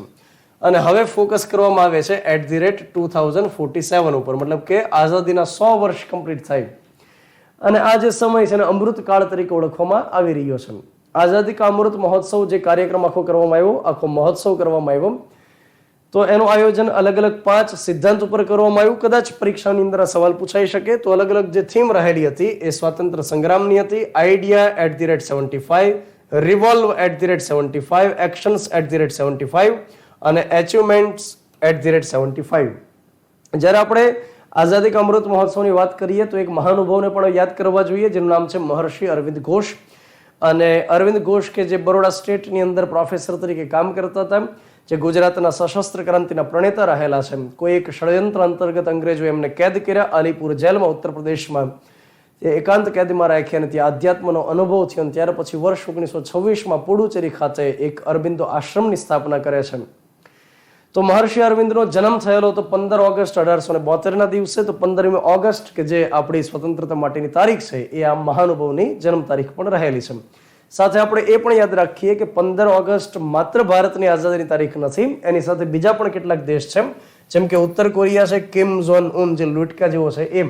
ત્યાર પછી દક્ષિણ કોરિયા, બહેરીન, એક નામ થોડું વિચિત્ર છે, લીચટેનસ્ટીન, આ દેશનો પણ સ્વતંત્રતા માટેનો દિવસ રહેલો છે. તો પરીક્ષામાં આમાંથી એક વખત સવાલ પૂછવામાં આવેલો હતો. એના પછી મિત્રો આપણે વાત કરીએ ચંદ્રયાન 3 વિશેની વાત કરીએ. દેશ અને દુનિયાની અંદર જે ચર્ચાનો વિષય બન્યો અને તમામ ભારતવાસીઓ માટે ગૌરવની એક ક્ષણ બની કે ભારતે ચંદ્રના દક્ષિણી ધ્રુવની અંદર સૌથી પહેલી વખત એક સોફ્ટ લેન્ડિંગ કરાવડાવ્યું અને ભારતની એક સિદ્ધિ સાબિત થઈ. અત્યાર સુધીમાં ભારતે ચંદ્ર માટેના 3 મિશન લોન્ચ કરેલા છે, ચંદ્રયાન 1, ચંદ્રયાન 2 અને ચંદ્રયાન 3. ચંદ્રયાન 2 જ્યારે 2019માં કરેલું હતું તો એ આંશિક રીતે સફળ સાબિત થયેલું હતું, આંશિક રીતે નિષ્ફળ સાબિત થયેલું હતું. ચંદ્રયાન 2 જ્યારે 2019માં કર્યું ત્યારે એ સમયે કે સિવન કરીને ઇસરોના ડાયરેક્ટર હતા અને એ ઘણા દુઃખી પણ થયેલા હતા અને એ સમયે નરેન્દ્ર મોદી એમને મળ્યા, એમને હગ કર્યો અને આશ્વાસન આપ્યું કે ચિંતા નહીં કરશો, હજી આપણે ફંડ ફાળવશું, ચંદ્રયાન 3 કરશું અને સોફ્ટ લેન્ડિંગ કરાવડાવશું. તો ચંદ્રયાન 1 અને 2 ની આપણે ચર્ચા કરીએ. એની પહેલા એ ચર્ચા કરીએ કે ચંદ્રયાન 3 અહીંથી જે લોન્ચ કરવામાં આવ્યું એ તારીખ હતી 14 જુલાઈ 2023 અને મોટા ભાગે આપણે જ્યાંથી લોન્ચિંગ થાય છે ક્યાંથી થાય છે? આંધ્રપ્રદેશની અંદર જે શ્રી હરિકોટા ખાતે સતીશ ધવન સ્પેસ સેન્ટર આવેલું છે ત્યાંથી લોન્ચિંગ થાય છે અને ત્યાં લોન્ચ માટેના અલગ અલગ 3 સ્ટેશન આવેલા છે, ત્યાંથી લોન્ચ થાય છે. બાજુ એક મંદિર છે, ત્યાં આગળ શ્રીફળ વધેરે છે અને ત્યાર પછી લોન્ચ કરે છે. તો આ વખતે જે ચંદ્રયાન 3 લોન્ચ કરવામાં આવ્યું એના માટે થઈ અને એક રોકેટનો ઉપયોગ કરવામાં આવ્યો. LV-M3M4 કરીને એક રોકેટ હતું જેની મદદથી આ અભિયાનને લોન્ચ કરવામાં આવ્યું. ત્યાર પછી 23 ઓગસ્ટ 2023 ના દિવસે આ મિશન જે નિશ્ચિત જે સમય હતો એ સમય મતલબ ત્યાં આગળ પહોંચ્યું અને 23 ઓગસ્ટ 2023 ના દિવસે સોફ્ટ લેન્ડિંગ થયું. અહીંથી એક રોવર અને એક લેન્ડર ત્યાં આગળ ગયેલું હતું અને એને ત્યાં લઈ જવા માટે જેનો ઉપયોગ થાય એને પ્રપલ્ઝન આપણે કહી શકીએ. તો પ્રપલ્ઝનનો મતલબ એ થાય કે જે અહીંથી વસ્તુને ત્યાં સુધી પહોંચાડે છે. એ પ્રપલ્ઝન મોડ્યુલનું ટોટલ જે મતલબ દળ હતું એ હતું 2148 કિલોગ્રામ હતું અને એમાં જે એક મૂકવામાં આવ્યું હતું લેન્ડર, એ લેન્ડરનું નામ હતું વિક્રમ, જેનું કુલ દળ હતું 1726 કિલોગ્રામ. લેન્ડરનો મતલબ થાય કે ચંદ્રના દક્ષિણ ધ્રુવની અંદર એ લેન્ડ થશે, ત્યાં આગળ મતલબ પગ મૂકશે અને જેવું એ પગ મૂકશે એમાંથી એક સાધન બહાર નીકળશે જેમાં 6 પૈડા હશે અને એ ચંદ્રની ધરતી ઉપર ચાલશે અને અલગ અલગ પ્રકારના માટીના નમૂનાઓને એ સેન્સ કરશે. તો એ વિક્રમ નામનું લેન્ડર હતું જેનું કામ હતું લેન્ડ થવાનું ને એમાંથી જે 6 પૈડા વડે એક ગાડી બહાર નીકળી એને કહેવામાં આવે રોવર. તો એ જે રોવર છે એનું નામ છે પ્રજ્ઞાન અને એનું દળ રહેલું છે 26 કિલોગ્રામ. ટોટલ આ પ્રકારે દળ રહેલું છે 3900 કિલોગ્રામ એનું દળ રહેલું છે. તો મિત્રો આ આપણે ચર્ચા કરી, કદાચ વિધાનવાળા સવાલની અંદર પૂછાય તો આપણને કામ લાગ્યું. એની પહેલા જે ચંદ્રયાન 2 ગયેલું હતું એમાં એક ઓર્બિટર હતું જે ચંદ્રની આસપાસ ફરવાનું છે અને ચાંદા મામાની પ્રદક્ષિણા કરશે અને એક ચંદ્રયાન 2 અંતર્ગત લેન્ડર મોકલેલું હતું પરંતુ લેન્ડર એ સમય સફળતાપૂર્વક લેન્ડ ન થઈ શક્યું, કમ્યુનિકેશન તૂટી ગયું અને એટલા માટે ચંદ્રયાન 3 કર્યું. ચંદ્રયાન 3 ની અંદર ઓર્બિટર નહોતું કેમ કે ઓર્બિટર ચંદ્રયાન 2 વખતથી એમને પરિભ્રમણ કરે છે અને આ વખતે માત્ર લેન્ડર હતું અને લેન્ડર એકદમ સફળતાપૂર્વક ત્યાં આગળ લેન્ડ થઈ અને રોવર પોતાનું કામ કરવા લાગ્યું. તો ભારતની એક સૌથી મોટી સફળતા માનવામાં આવે છે. ચંદ્રની ધરતી ઉપર સોફ્ટ લેન્ડિંગ કરનારો ભારત ચોથો દેશ બન્યો. એક અમેરિકા છે, એક રશિયા છે, એક ચીન છે અને ભારત ચોથો દેશ છે. પણ દક્ષિણ ધ્રુવની અંદર સોફ્ટ લેન્ડિંગ કરનારો ભારત પહેલો દેશ બનેલો છે. કેટલાક ફેક્ટ્સ જે આપણે સમજી લઈએ. સૌથી પહેલા તો વિક્રમ લેન્ડર ચંદ્રની ધરતી ઉપર જે જગ્યાએ લેન્ડ થયું એ પોઈન્ટને નામ આપવામાં આવે છે શિવ શક્તિ પોઈન્ટ. એ પરીક્ષાની અંદર ચોક્કસ પૂછાશે. 23 ઓગસ્ટનો દિવસ કે જે દિવસે ભારતે સિદ્ધિ હાંસલ કરી એને સ્પેસ ડે તરીકે ઓળખવામાં આવશે, નેશનલ સ્પેસ ડે, જેને આપણે ગુજરાતીમાં કહીશું રાષ્ટ્રીય અવકાશ દિવસ. આ 100% પરીક્ષાની અંદર પૂછાવું જોઈએ. એના પછી સારાભાઈ ક્રેટરનો મતલબ થાય એક પ્રકારે ખાડો. અને ચંદ્રયાન 1 જે લોન્ચ કરેલું હતું, ચંદ્રયાન 1 નો મુખ્ય ઉદ્દેશ હતો માત્ર ઓર્બિટરની અંદર જવું, ભ્રમણ કક્ષામાં જવું અને ફોટા પાડવા અને ત્યાંથી જે ફોટા પડે એને ભારત સુધી મોકલવા. તો એમણે એક ખાડાનો ફોટો મોકલેલો હતો અને એવી શક્યતાઓ મળી આવી કે ત્યાં આગળ પાણી હોવું જોઈએ. તો ચંદ્રની અંદર પાણી હોવાનો પુરાવો ચંદ્રયાન 1 વખતથી મળી આવ્યો. તો એ જે ખાડાનો ફોટો પાડેલો હતો એને નામ આપ્યું સારાભાઈ ક્રેટર. ત્યાર પછી તમે એ પણ યાદ રાખો કે ચંદ્રયાન 2 વખતે જે જગ્યાએ મતલબ કે આપણને એ સફળતા નહોતી મળી અને વિક્રમ નામના લેન્ડરના જે પદચિહ્ન મળી આવ્યા કે જે જગ્યાએથી પછી એના મતલબ કે આપણને કમ્યુનિકેશન ન થયું. તો એ જે ચંદ્રયાન 2 વખતે જે આપણને નિષ્ફળતા મળેલી હતી પણ જે જગ્યાએ લેન્ડ થવાનું હતું અથવા થયું હશે એ પોઈન્ટને નામ આપવામાં આવેલું છે તિરંગા પોઈન્ટ. તો આ કેટલાક જે વર્ડ્સ છે, કેટલાક જે શબ્દ છે આપણે યાદ રાખવા જરૂરી છે. એક શિવશક્તિ પોઈન્ટ છે, એક તિરંગા પોઈન્ટ ચંદ્રયાન 2 વખતનું છે, એક સારાભાઈ ક્રેટર છે, ચંદ્રયાન 1 વખતનો જે ફોટો ખાડાનો પાડેલો હતો એ છે. ત્યાર પછી ચંદ્રયાન 1 ની આપણે વાત કરીએ તો એ લોન્ચ કરવામાં આવ્યું હતું 22 ઓક્ટોબર 2008માં. ત્યાર પછી PSLV-C11 નામનું જે રોકેટ છે એની મદદથી એને લોન્ચ કરવામાં આવેલું હતું અને એનો માત્ર એક જ ઉદ્દેશ હતો ભ્રમણ કક્ષાની અંદર એક ઓર્બિટર મોકલવું. ચંદ્રયાન 2 22 જુલાઈ 2019 ના દિવસે એને લોન્ચ કરેલું હતું GSLV Mach 3 નામના રોકેટની મદદથી અને એનો ઉદ્દેશ રહેલો છે ચંદ્રના દક્ષિણ ધ્રુવની અંદર સોફ્ટ લેન્ડિંગ કરાવવું અને ત્યાંથી કેટલાક નમૂનાઓને સેન્સ કરવા. તો આ ચંદ્રયાન-3 વિશેની આપણે ચર્ચા કરી. એની સાથોસાથ આપણે ચર્ચા એ કરીએ, એક આદિત્ય L1 કરીને એક મિશન રહેલું છે. આદિત્ય L1 મિશન એટલે શબ્દ ઉપરથી ખ્યાલ આવે, આદિત્યનો મતલબ થાય સૂર્ય, અને સૂર્યની ઉપર લેન્ડ નથી કરાવવાનું, પરંતુ સૂર્યના ક્રોમોસ્ફિયર હોય, ત્યાર પછી એનો ફોટોસ્ફિયર હોય, સૂર્યનો જે કોરોના છે, મુગટ છે, એનો અભ્યાસ કરવા માટે અહીંથી જે મિશન મોકલવામાં આવે છે એનું નામ છે આદિત્ય L1. અને ભારત આ પ્રકારનો પહેલો દેશ છે કે જે સૂર્યનો આ પ્રકારનો અભ્યાસ કરવા માટે એક મિશન લોન્ચ કરતો હોય. અને આદિત્ય L1 અંતર્ગત એક ડિટેલ વિડીયો યુટ્યુબમાં ઓલરેડી મૂકવામાં આવેલો છે, જેની લિંક હું મુકાવી દઈશ. એ લિંક ઉપરથી તમે જોઈ શકશો. જરૂરી વિગત આપણે જોઈ લઈએ કે 2 સપ્ટેમ્બર 2023ના દિવસથી આદિત્ય L1 મિશનને લોન્ચ કરવામાં આવે છે. ત્યાર પછી PSLV-C57 રોકેટની મદદથી આખા મોડ્યુલને અહીંથી લઈ જવામાં આવશે. અને યાદ રાખો કે અત્યારે આ મોડ્યુલ ત્યાં પહોંચી નથી ગયું, અત્યારે પૃથ્વીની જે લોઅર ઓર્બિટ છે ત્યાં આગળ પરિભ્રમણ કરશે. અને બની શકે જાન્યુઆરી 2024ની અંદર જે આપણો ટાર્ગેટ પોઈન્ટ છે, જે આપણું જે ડેસ્ટિનેશન છે ત્યાં આગળ પહોંચશે. આદિત્ય L1 મિશન અંતર્ગત જે મોડ્યુલ છે, મોડ્યુલનો મતલબ થાય અહીંથી જે લઈ જવામાં આવે છે, જે કેમેરા હશે, ત્યાર પછી જે સેન્સર હશે વગેરે જે લઈ જવામાં આવશે, આપણે મોડ્યુલ કહેશું અથવા પેલોડ કહેશું. પેલોડ 7 જેટલા લઈ જવામાં આવશે, જે અલગ અલગ પ્રકારના સેન્સર્સ હશે અને જે સેન્સ કરવાનું કામ કરશે, જેની મદદથી આપણે એનાલિસિસ કરી અને કેટલીક વિગત મેળવી શકશું. તો 2 સપ્ટેમ્બરના દિવસે જે અહીંથી લોન્ચ કરવામાં આવ્યું એમાં 7 જેટલા પેલોડ છે, અત્યારે પૃથ્વીની આસપાસ ફરી રહ્યા છે.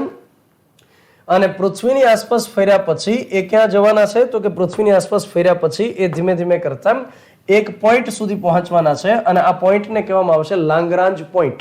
અને લાંગરાજ પોઈન્ટ સુધી પહોંચશે એને હેલો ઓર્બિટ તરીકે ઓળખવામાં આવે છે. આ હેલો ઓર્બિટ સુધી પહોંચવામાં એને જાન્યુઆરી 2024 સુધીનો સમય લાગી શકશે. અને ત્યાર પછી ફેબ્રુઆરી મહિનાથી આપણને ત્યાંથી ડેટા મળવાના શરૂ થશે.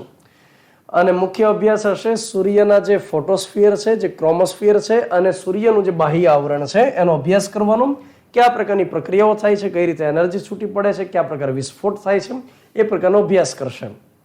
જેની મદદથી આપણને કેટલીક મદદ મળશે, કેટલીક બાબતો સમજવા માટે વિજ્ઞાન એનાથી થોડું આગળ વધશે. તો અહીંયા આગળ આપણે જે યાદ રાખવાની બાબત છે એ કે લાંગરાંજ પોઈન્ટ જે રહેલો છે એ શું રહેલું હોય છે? તો ન્યૂટન આપણને એવું કહીને ગયા કે દળ ધરાવતી કોઈ પણ વસ્તુ એકબીજાની વચ્ચે આકર્ષણ ધરાવે છે, જેને આપણે ગુરુત્વાકર્ષણ કહીએ છીએ. ગુરુત્વાકર્ષણનો મતલબ થાય કે દળ ધરાવતી કોઈ પણ વસ્તુ આકર્ષણ ધરાવે છે. મતલબ કે આ પેન અને આ જે પોઈન્ટર છે બંને એકબીજાની સાથે આકર્ષણ ધરાવે છે. પરંતુ આકર્ષણની અસર કોની દેખાશે? જે સૌથી વધુ દળ ધરાવે છે એની અસર દેખાશે. એનો મતલબ એ થાય કે અહીંયા આગળ સૂરજ દાદા છે, અહીંયા આગળ પૃથ્વી છે. તો સૂર્ય અને પૃથ્વી બંને એકબીજાની વચ્ચે આકર્ષણ ધરાવે છે. અસર કોની દેખાશે? સૂર્યની, કેમ કે એનું દળ વધારે છે. પરંતુ પૃથ્વી પણ આકર્ષણ તો લગાડે છે. એવો જે પોઈન્ટ કે જે જગ્યાએ મતલબ પૃથ્વીનું આકર્ષણ એક સમાન હોય અને સૂર્યનું પણ આકર્ષણ એકદમ સમાન હોય, એ પોઈન્ટને કહેવામાં આવે છે લાંગરાંજ પોઈન્ટ. આનો અભ્યાસ વસ્તુ છે કે લાંગરાંજ પોઈન્ટ સૂર્યથી વધારે દૂર હોવાનું છે, પૃથ્વીથી એકદમ નજીક હશે તો જ બંનેનું ગુરુત્વાકર્ષણ સમાન માલુમ પડશે. જો આ બાજુ આપણે આવી જશું તો સૂર્યનું ગુરુત્વાકર્ષણ વધી જશે. તો જે આ પોઈન્ટ છે ને લાંગરાંજ પોઈન્ટ કહેશું, જે પૃથ્વીથી 1.5 મિલિયન કિલોમીટર દૂર છે. તો આટલા કિલોમીટર સુધી પહોંચવામાં જાન્યુઆરી 2024 આવી જશે. લાંગરાંજ પોઈન્ટ જે ઓર્બિટની અંદર આવેલો છે, એ ઓર્બિટને હેલો ઓર્બિટ એવું નામ આપવામાં આવેલું છે. તો આપણે વાત કરી આદિત્ય L1 મિશન વિશે, અને ડિટેલ ચર્ચા માટે થઈને યુટ્યુબમાં અલગથી એક લેક્ચર મૂકવામાં આવેલો છે, એ મિત્રો તમે જોઈ શકશો. ત્યાર પછી આપણે વાત કરીએ વાઇબ્રન્ટ ગુજરાત સમિટ 2024ની. વાઇબ્રન્ટ ગુજરાત સમિટનો મુખ્ય ઉદ્દેશ્ય રહેલો છે કે દેશ વિદેશમાંથી રોકાણકારોને ભેગા કરવા, ચાહો જહાલી દેખાડવી, અને ત્યાર પછી રોકાણકારોને કન્વિન્સ કરવા કે તમે ગુજરાતમાં અલગ અલગ પ્રોજેક્ટ માટે રોકાણ કરો. એ પછી સોલર પેનલ માટેના હોય, રોડ રસ્તા માટેના હોય, ફલાણા ટીકડા હોય તો તમે રોકાણ કરો, ઇલેક્ટ્રિક ગાડીઓ માટેના હોય. તો ગુજરાત મોડેલ અંતર્ગત આ એક બાબત ઊભી કરવામાં આવેલી છે. અને આ પ્રકારની શરૂઆત નરેન્દ્ર મોદી જ્યારે મુખ્યમંત્રી હતા ત્યારથી થયેલી છે. આ પ્રકારની શરૂઆત મિત્રો 2003થી થયેલી છે કે દેશ વિદેશના રોકાણકારોને ભેગા કરવામાં આવે અને MOU કરવામાં આવે. તો હવે આગામી જે આયોજન થવાનું છે જાન્યુઆરી મહિનામાં થવાનું છે. ડેટ રહેલી છે 11 થી લઈ અને 13 જાન્યુઆરી દરમિયાન ગાંધીનગર ખાતે આયોજન કરવામાં આવશે. અને યાદ એ રાખવાનું છે કે દર 2 વર્ષે આ પ્રકારના સમિટનું આયોજન કરવામાં આવે છે, જેને કહેવામાં આવે છે વાઇબ્રન્ટ ગુજરાત ગ્લોબલ સમિટ તરીકે ઓળખવામાં આવે છે. એના પછી એક ચર્ચા આપણે એ કરીએ, વૈશ્વિક ટ્રેડિશનલ મેડિસિન સમિટનું આયોજન ગુજરાતના ગાંધીનગર ખાતે કરવામાં આવ્યું. અહીંયા આગળ જે લખવામાં આવ્યું છે ટ્રેડિશનલ મેડિસિન માટેનું એક સમિટ છે. ટ્રેડિશનલનો મતલબ થાય પરંપરાગત, અને આપણને સૌને ખ્યાલ છે કે ભારત દેશની અંદર આયુર્વેદા, યુનાની, પછી નેચરોપેથી, હોમિયોપેથી આ બધાનો વિકાસ ખૂબ સારી રીતે થયેલો છે, પ્રાચીન સમયથી આપણને જોવા મળે છે. ગુજરાતની અંદર જામનગર ખાતે એક સેન્ટર બનાવવામાં આવી રહ્યું છે. આ જામનગર ખાતે ગોરધનપર ખાતે, જામનગરના ગોરધનપર ખાતે એક ગ્લોબલ રિસર્ચ માટેનું સેન્ટર બને છે કે જેમાં ટ્રેડિશનલ પરંપરાગત રીતે જે દવાનો ઉપયોગ થતો હતો, જે આયુર્વેદાનો ઉપયોગ થતો હતો, એના માટે રિસર્ચ સેન્ટર બનવા જઈ રહ્યું છે. આ જે રિસર્ચ સેન્ટર હશે એ WHO ની મદદથી બનવા જઈ રહ્યું છે. એની જે ફાઇનલ ડિઝાઇન છે એ મંજૂર થઈ ગઈ છે અને બની શકે થોડા સમયની અંદર એકદમ ટકાટક થઈ જશે, એકદમ બનીને તૈયાર થઈ જશે. જામનગર ખાતે આ પ્રકારે રિસર્ચ સેન્ટર બને છે, પરંતુ અત્યારે જે સમિટનું આયોજન કર્યું, યાદ રાખજો જામનગર નથી, એ સમિટનું આયોજન કઈ જગ્યાએ છે? ગાંધીનગર ખાતે છે. અને આ પ્રકારનું પહેલું આયોજન છે કે જેમાં આયુર્વેદા, નેચરોપેથી, સિદ્ધા, હોમિયોપેથી આ બધાની ઉપર એક મીટિંગ કરવામાં આવી હોય અને વિશ્વના અલગ અલગ 30 દેશના પ્રતિનિધિઓ ભાગ લઈ અને મતલબ મીટિંગમાં હાજરી આપી હોય. તો આ એક વિગત આપણે યાદ રાખી લઈએ. સાથે આપણે એ પણ યાદ રાખીએ કે જામનગરમાં વર્ષ 1967 થી એક આયુર્વેદા યુનિવર્સિટી કામ કરે છે. જ્યારે આપણે WHO ની વાત કરતા હોઈએ તો એ પણ આપણે યાદ રાખી લઈએ કે WHO નું પૂરું નામ થાય છે World Health Organization. World Health ઓર્ગેનાઇઝેશનની સ્થાપના કરવામાં આવેલી 7 એપ્રિલ 1948ના દિવસે, અને એટલા માટે 7 એપ્રિલને આપણે દર વર્ષે વિશ્વ સ્વાસ્થ્ય દિવસ તરીકે ઓળખીએ છીએ. જીનીવા, સ્વિટ્ઝરલેન્ડના જીનીવા ખાતે મુખ્ય મથક આવેલું છે. અને હા, WHO ના જે ડાયરેક્ટર છે એનું નામ થોડું વિચિત્ર પ્રકારનું છે, ચિત્ર વિચિત્ર છે, ટેડ્રોસ આધાનોમ ઘેબ્રેયસુસ. આ પ્રકારનું WHO ના ડાયરેક્ટરનું નામ રહેલું છે. થોડું ગભરાઈ જઈએ પ્રકારનું નામ છે, ટેડ્રોસ આધાનોમ ઘેબ્રેયસુસ. ત્યાર પછી એક ખૂબ જ અગત્યની મેટર વળી પાસે આવેલી છે અને પરીક્ષામાં પૂછાય એ પ્રકારની વિગત છે. ગુજરાતની અંદર અધર બેકવર્ડ ક્લાસીસને સ્થાનિક સ્વરાજની સંસ્થાઓની અંદર ગ્રામ, તાલુકા, જિલ્લા પંચાયત, નગરપાલિકા અને મહાનગરપાલિકાની અંદર અનામત આપવા માટે થઈ અને 27% અનામત આપી શકાય કેમ એ બાબતને લઈ અને એક કમિશનનું ગઠન કરવામાં આવેલું હતું. એક આયોગની રચના કરવામાં આવેલી હતી અને એ આયોગની રચના કરી હતી SK ઝવેરીની અધ્યક્ષતામાં. SK ઝવેરી નામના વ્યક્તિ હાઈકોર્ટના પૂર્વ જજ રહેલા. 2022ની અંદર એ આયોગની રચના કરેલી, જેમણે એપ્રિલ 2023ની અંદર રિપોર્ટ સબમિટ કરાવ્યો. રિપોર્ટમાં કહેવામાં આવ્યું કે ગ્રામ, તાલુકા, જિલ્લા પંચાયત હોય કે નગરપાલિકા, મહાનગરપાલિકા હોય, એમાં OBC વર્ગને 27% અનામત આપી શકાય. જો કે રિપોર્ટ હજી સરકારે વેબસાઇટમાં મૂક્યો નથી. ગુજરાત સરકારની આ થોડી નેગેટિવ બાબત છે. મને પર્સનલી થોડો વિરોધ છે કે જે અગત્યના રિપોર્ટ્સ હોય, જે બાબતો હોય એ વેબસાઇટમાં બહુ ઓછી મૂકે છે. તો રિપોર્ટ્સ આખો વાંચવા નથી મળતો. વિરોધ પક્ષનું પણ કહેવાનું હોય છે કે રિપોર્ટ તો તમે પબ્લિશ કરી દો એકવાર, તો રિપોર્ટ નથી મળતો. માત્ર એવી માહિતી મળે છે કે આગામી સમયમાં હવે જે સ્થાનિક સ્વરાજ્યની ચૂંટણીઓ કરશે એમાં OBC વર્ગને 27% અનામત આપવામાં આવશે. આપણા SK ઝવેરીનું નામ યાદ રાખવું જરૂરી છે. યાદ રાખીએ કે એક પૈસા અધિનિયમ પણ આવેલો હતો, અને પૈસા અધિનિયમનો મતલબ શું થશે? તો પૈસાનું પૂરું નામ થાય છે Panchayat extension to scheduled areas act. Panchayat extension to scheduled areas act. દેશની અંદર જે આદિવાસી વિસ્તાર રહેલો છે, આદિવાસી વિસ્તારની અંદર પંચાયત માટેના કંઈક નિયમો અલગ છે, એમના રૂલ્સ કંઈક અલગ રહેલા છે. જે સામાન્ય વિસ્તારની અંદર પંચાયત લાગુ પડે છે એ પ્રકારે પૈસાની અંતર્ગત લાગુ નથી પડતું. વર્ષ 1994ની અંદર એક દુલીપસિંહ ભુરિયાની અધ્યક્ષતામાં સમિતિની રચના કરી હતી 22 સભ્યોની. 1995માં રિપોર્ટ સબમિટ કરાવ્યો. દુલીપસિંહ ભુરિયા સમિતિની રિકમેન્ડેશનના આધારે વર્ષ 1996માં ભારત સરકારે કાયદો લઈને આવી, જેને આપણે કહીએ છીએ પૈસા, Panchayat extension to scheduled areas act. ગુજરાતની અંદર જે આખો આદિવાસી પટ્ટો રહેલો છે, બનાસકાંઠાથી લઈને છેક ડાંગ સુધીનો, તો અલગ અલગ પ્રકારના જે 14 જિલ્લાઓના 48 તાલુકાઓ રહેલા છે કે જે આદિવાસી વિસ્તાર તરીકે ઘોષિત થયેલા છે, ત્યાં આગળ આ OBCને 27% અનામત લાગુ નહીં થાય. કહેવામાં શું આવ્યું રિપોર્ટની અંદર કે 27% અનામત જે સામાન્ય વિસ્તાર છે ત્યાં આગળ લાગુ થશે, જે આદિવાસી વિસ્તાર છે ત્યાં લાગુ નહીં થાય. અને આદિવાસી વિસ્તાર અંતર્ગત જે OBCને 10% અનામત આપવામાં આવે છે એ જ બાબત લાગુ થઈને રહેશે. બાકીના વિસ્તારની અંદર 27% લાગુ થશે. તો આદિવાસી સિવાયનો જે વિસ્તાર છે, જે જનરલ વિસ્તાર છે ગુજરાતની અંદર, ત્યાં જે અનામતનું માળખું છે એસસી માટે શેડ્યુલ્ડ કાસ્ટ માટે 14% રહેશે, એસટી માટે 7% રહેશે અને ઓબીસી માટે 27% રહેશે. કહેવામાં એમ પણ આવે છે કે અહીંયા આગળ તમે જુઓ તો 14 ને 7 એનો મતલબ થશે કે 21 અને 21 ને 27 તમે નાખી દેશો તો 37 થશે, 47 થશે, 48% થશે. ટોટલ જે રિઝર્વેશન થશે 48% થશે. મતલબ કે જે 50% વાળી ગાઈડલાઈન છે ઇન્દિરા સહાની કેસમાં આપેલી હતી એનું પાલન થશે. 50%થી અનામત ન વધવું જોઈએ. તો આદિવાસી સિવાયના જે વિસ્તાર છે ત્યાં આગળ ગ્રામ, તાલુકા, જિલ્લા પંચાયત હોય, પછી શહેરી વિસ્તારમાં નગરપાલિકા, મહાનગરપાલિકા, એમાં અનામતનું માળખું શું રહેશે? એસસી માટે 14%, એસટી માટે 7% અને ઓબીસી વર્ગ માટે 27% અનામતનું માળખું રહેશે. આપણે ચર્ચા એ કરીએ કે વર્ષ 1992માં જે પંચાયત અધિનિયમ કેન્દ્ર સરકાર લઈને આવી, પંચાયત અધિનિયમ અંતર્ગત જે પંચાયતી રાજ અધિનિયમ છે એમાં 243D અંતર્ગત અને શહેરી સ્થાનિક સ્વરાજ માટે જે અધિનિયમ લઈને આવી એમાં 243T અંતર્ગત આ બે અનુચ્છેદ અત્યારે આપણે યાદ રાખવા પડશે. એમાં અનામત સંબંધી જોગવાઈની ચર્ચા કરેલી છે. હવે બંને અનુચ્છેદમાં એ પ્રકારની જોગવાઈ રહેલી હતી કે જે તે વિસ્તારની અંદર પંચાયતની જે સંસ્થા આવેલી હોય એમાં એસસી માટે વસ્તીના ધોરણે અનામત રહેશે. એટલે કે કોઈ પણ જિલ્લા પંચાયતની અંતર્ગત જેટલો વિસ્તાર આવે છે, કોઈ તાલુકા પંચાયતમાં જેટલો વિસ્તાર આવે, કોઈ ગ્રામ પંચાયતમાં જેટલો વિસ્તાર આવે, એમાં એસટીની વસ્તી 10% હોય તો 10% બેઠક એના માટે રિઝર્વ રહેશે. એસટીની વસ્તી 20% હોય તો 20% રિઝર્વેશન રહેશે.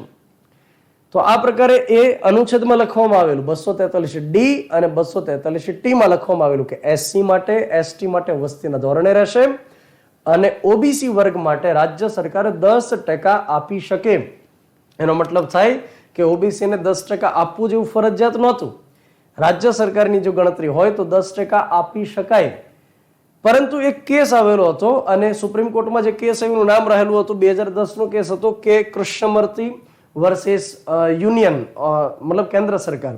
તો આ જે કેસ આવેલો હતો કે કૃષ્ણમૂર્તિ કેસ, એમાં સુપ્રીમ કોર્ટે જણાવ્યું કે જે 10%નું એક માળખું રહેલું છે આ બંને અનુચ્છેદમાં જે લખેલું છે કે 10% આપી શકાય, પરંતુ રાજ્ય સરકાર કાયદો બનાવી અને ઓબીસી માટે અનામત વધારી શકે કેમ કે દેશની અંદર ઓબીસીની સંખ્યા વધારે છે, લગભગ 52% જેટલી છે.